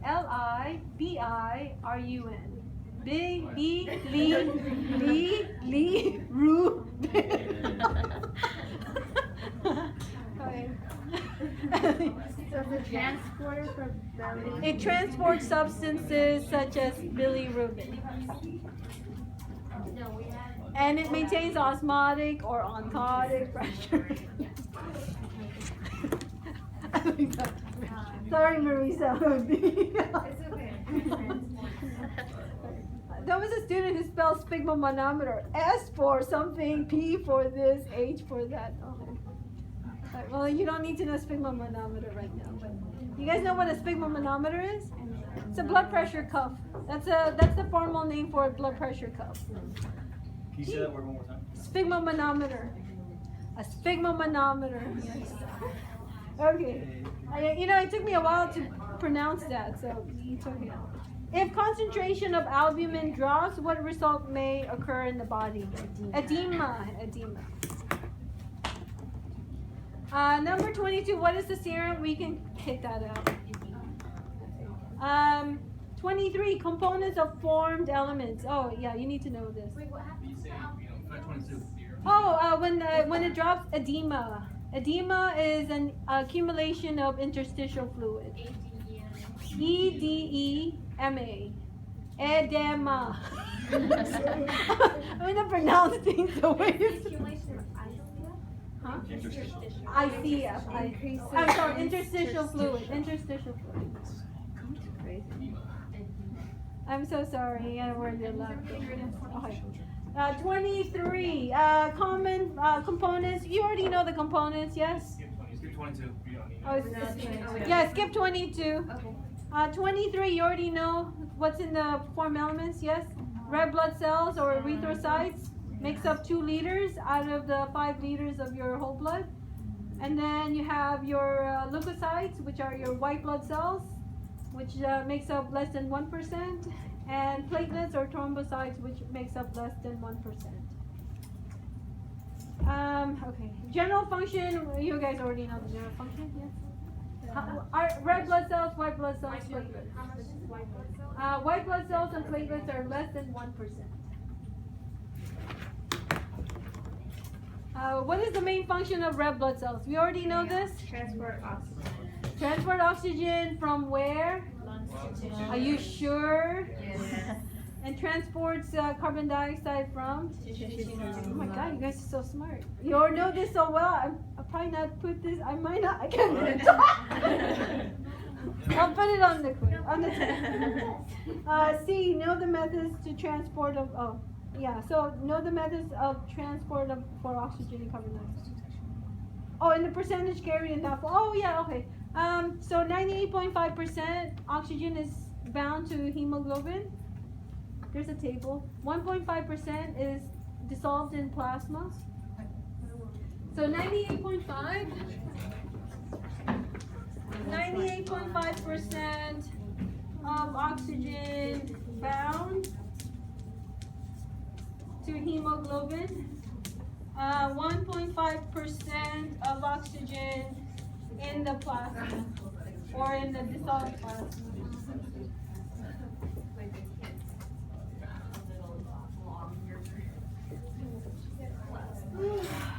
For carbon dioxide, 10% of CO2 in the plasma.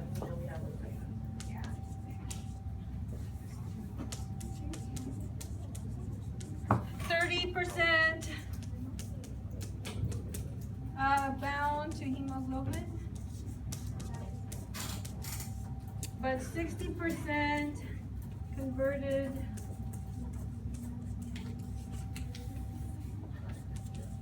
to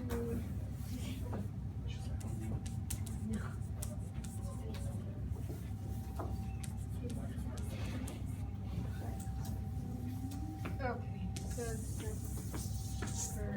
Wait, 60% of what thing? of carbon dioxide is bound to hemoglobin. What did I write? Of oxygen bound to hemoglobin is bound. Oh, carbon 60% of carbon dioxide is converted to bicarbonate. Okay.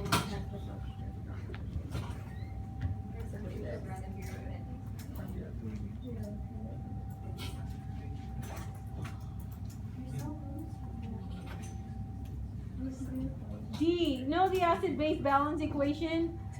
You guys know the acid-base balance equation? The carbonic acid. Water and carbon dioxide to carbonic acid, yes? You had to learn that in hematology, didn't you? In the lab?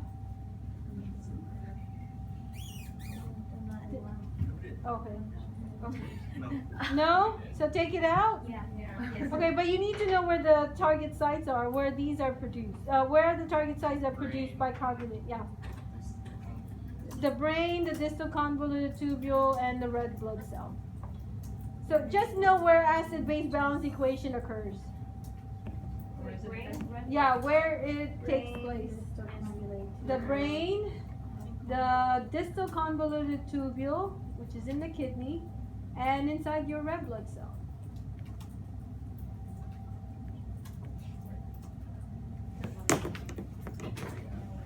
And then bicarbonate is transported through chloride shift. So bicarbonate is transported through chloride shift. So bicarbonate, so inside the red blood cell,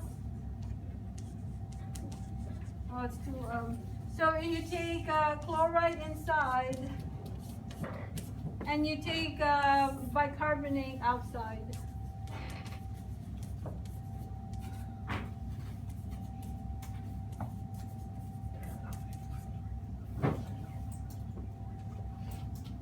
And if this is the cell,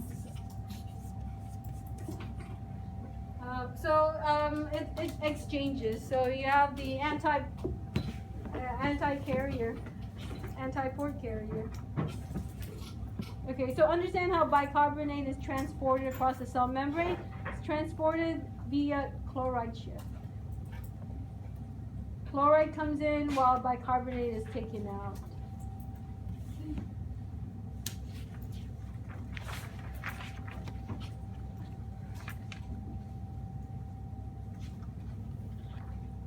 You know, not on this case, not on this one, but let's see, what's the condition?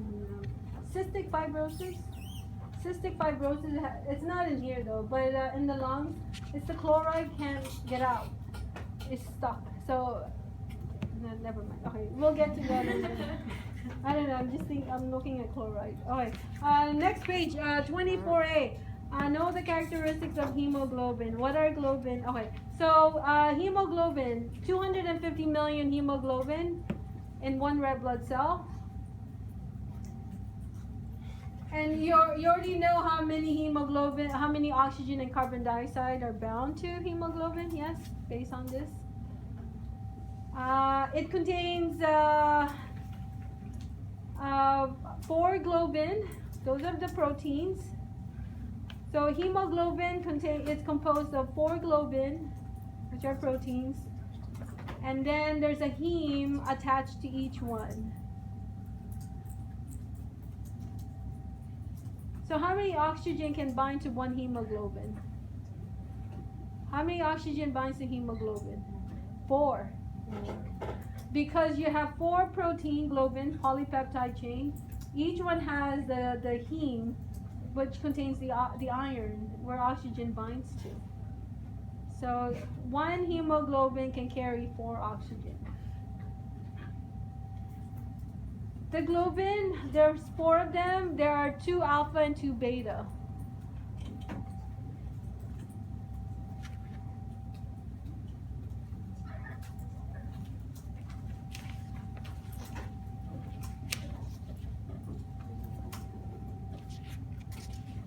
Oh, 19, okay. Alright, so what do we need to know about hemoglobin? So 250 million hemoglobin in one red blood cell. It contains 2 alpha, 2 beta globin. Each globin has a heme attached where oxygen and carbon dioxide will bind to. So there's a total of 4 oxygen per 1 hemoglobin.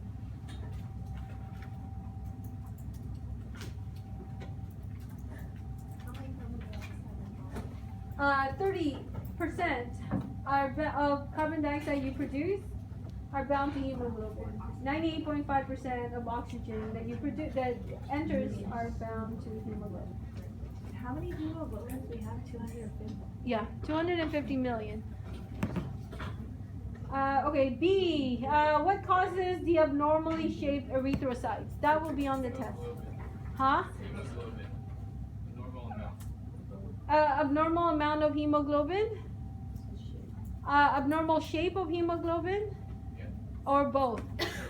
Both of them. Abnormal amount of hemoglobin and abnormal shape of hemoglobin. Now, what causes the abnormal shape, which results in sickle cell? What is the cause of sickle cell disease? Yes, it's the genetic mutation of which amino acid? Valine, it replaces glutamate. On which globin? Which globin? The alpha or the beta? The beta. Okay, so the beta. So the beta. There's 4 globin, 2 alpha, 2 beta. The beta on number 6 of the 146 amino acid, when it gets mutated, then it becomes rigid and sickled. So that's why the red blood cell becomes sickled. It has a sickled shape, which is a crescent shape. Crescent shaped moon. Does that make sense to you? That will definitely be on the test. So make sure you know which one. So which amino acid gets mutated? Huh? Glutamate. Glutamate is the one, and then it gets replaced by what amino acid? Valine. Yes. Which globin gets mutated? Beta. The beta cell. The beta protein.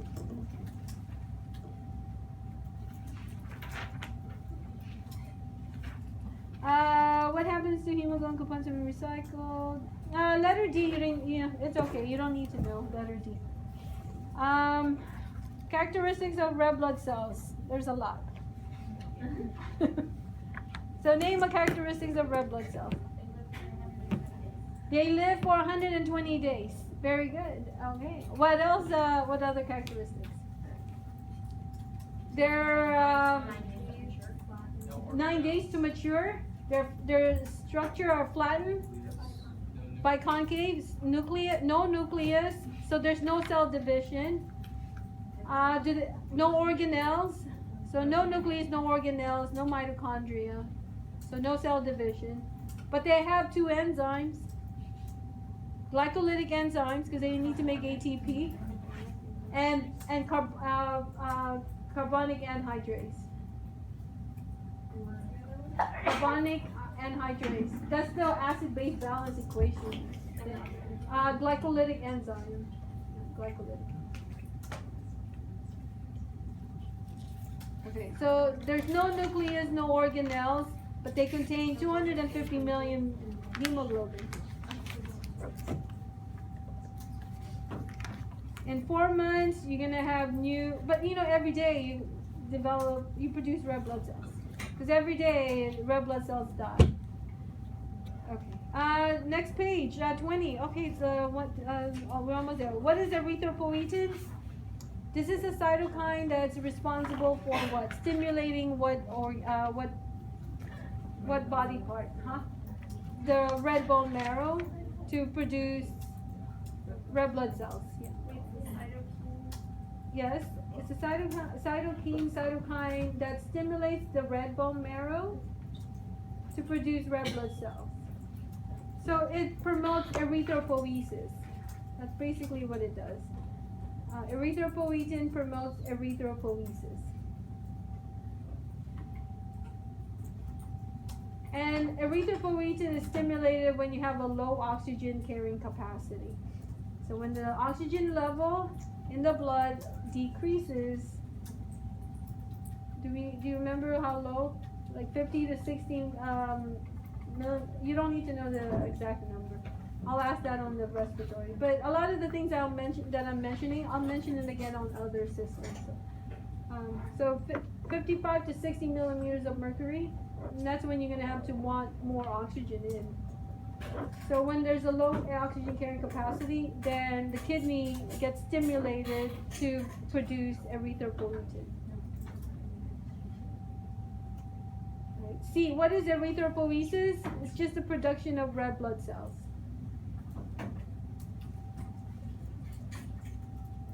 D, where does erythropoiesis occur before birth?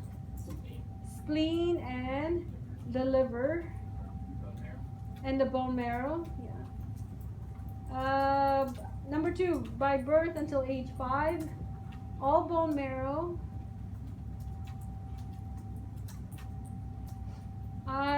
In adults, where would it be? Okay, I do cranium or the skull. The ribs, the spine, the pelvis, the long bones, the proximal end of the long bones. The proximal end. Wait, is that for adults? That's for adults. Number 3. Cranium, the ribs, the spine, pelvis, proximal end of the long bones. You can go like this, this, that, this, and then the proximal end of the long bones. You guys know what a proximal is versus distal? Oh, okay. Anything that's closer here in the center? Okay. Yeah, you just go this. Okay, there you go. How long is erythropoiesis? It's 9 days. What is your name? Alexis said 9 days, so I'm just giving her credit for saying her name. Okay.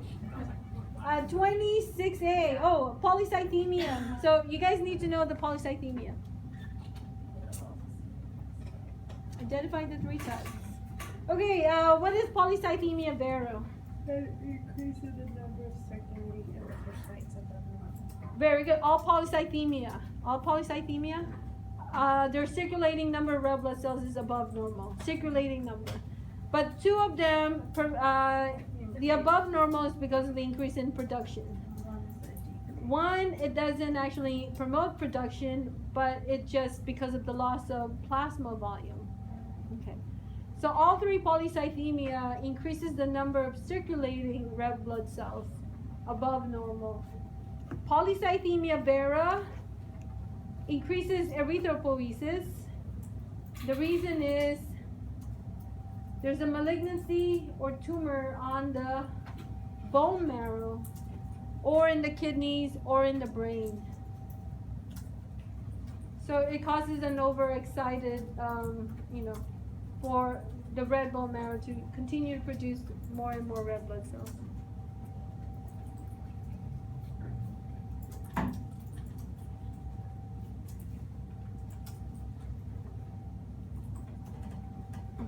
And then secondary polycythemia, this has to do with hypoxia, low amount of oxygen. So what can cause low amount of oxygen? What conditions will cause low amount of oxygen? High altitude, exercising, vigorous exercising, emphysema, congenital heart failure, pulmonary fibrosis, carbon monoxide poisoning. You guys remember all that stuff? Yes? Okay. Multiple choice question. And then the relative polycythemia is the one that doesn't actually promote erythropoiesis, but it increases the circulating number because of the loss of plasma volume. Bless you. So how do we lower our plasma volume? Increase the number of stem cells. So what can cause low volume of plasma? What decreases it? Dehydration, severe dehydration, severe what is it again? Burn, yes, loss of plasma, and then hypovolemic shock. Hypovolemic shock are severe diarrhea, urination, Sweating. and sweating. Okay. We will say diarrhea many times. Okay, we're almost there. You guys know the difference between erythropoiesis versus hematopoiesis? Erythropoiesis, production of red blood cells. Hematopoiesis is just production of any form elements. Hypoxia, you guys know hypoxia? Low amount of oxygen, partial pressure of oxygen decreases. Wait, what was it? Oh, sorry, insufficient amount of oxygen in the cells. Insufficient amount of oxygen in the cells. Oxygen or pressure of oxygen? Okay, you can say partial pressure of oxygen too, because it's measured in partial pressure. But you can just say oxygen for now. When we get to pulmonary, then we'll say partial pressure. You understand what arterial blood versus venous blood is? Oxygenated versus deoxygenated. You guys know what a hemostasis is? This is for platelets, huh? Prevention of bleeding. Very good. This is the function of platelets. It prevents the bleeding by, well, there's many ways. So, but it's just a prevention of bleeding. This is the function of, it forms a clot. One of the ways is that it forms a clot. So platelets form clots to prevent bleeding. So that's called hemostasis.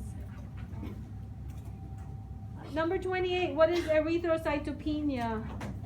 So someone who has anemia, cirrhosis, pregnancy, dietary deficiency, such as low in iron, vitamin B12, folic acid, kidney failure, because when you have kidney failure, it affects the formation of erythropoietin.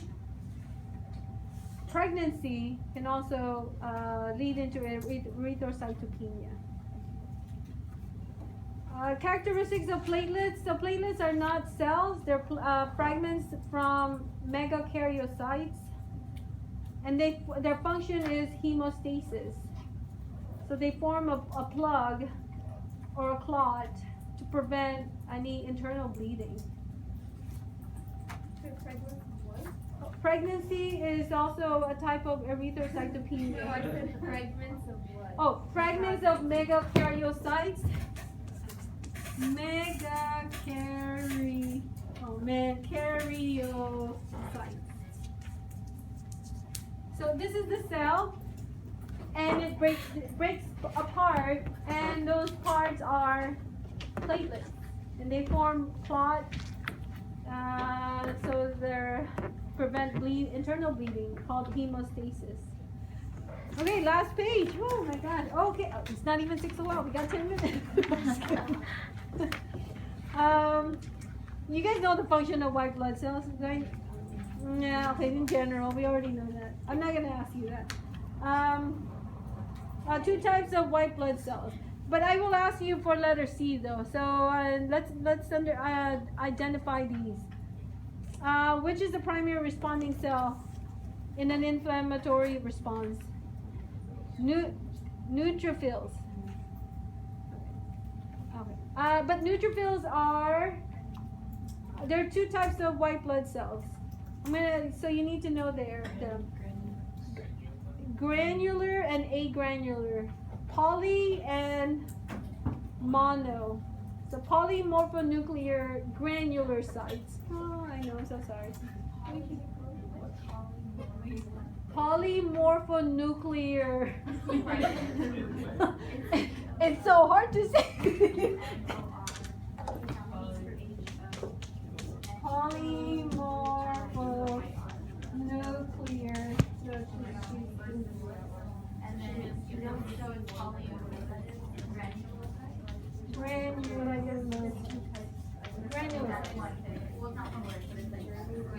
So this one you have neutrophils.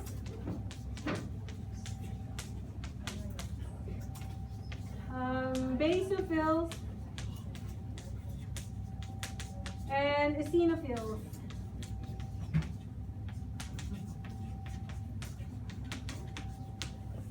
And then the mono, and then agranular sites.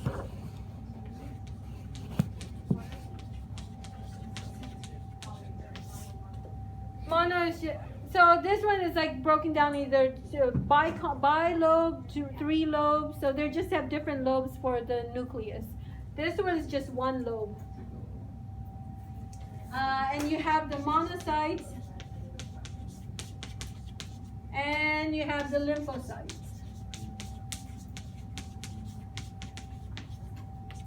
Okay, so of these, 1, 2, and 3 are the same answers.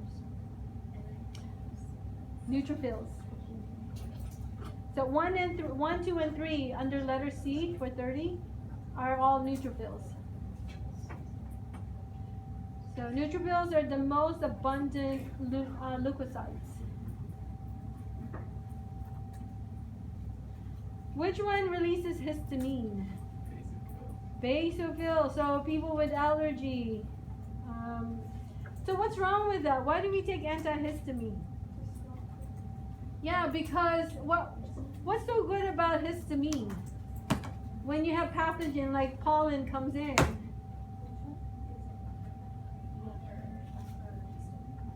So and then you histamine, what it'll do is, why do you get runny nose? It actually causes vasodilation, increases the flow, the blood flow. The reason is to get rid of all that pathogens outside your system. So you get these runny nose, and then that's the side effect. Then what are you gonna do is you take a medicine for the side effect. You take an antihistamine to stop it. So that when you're blowing and stuff, it's actually because of the pollen. This is how your body is coping with the pathogens. You blow it out or you cough it out, except that it's disgusting,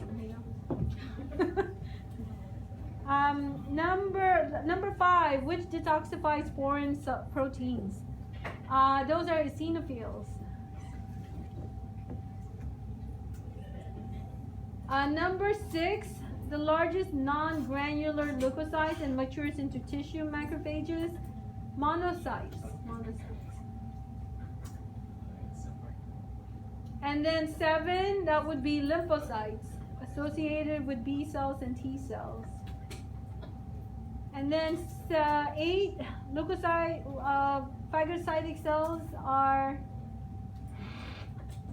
neutrophils and monocytes.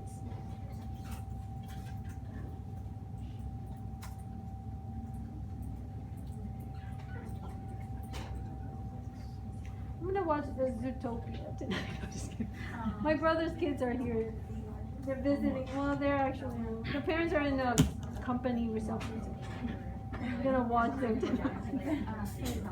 And then the last one, function of the pluripotent hematopoietic stem cell. What's a pluripotent hematopoietic stem cell?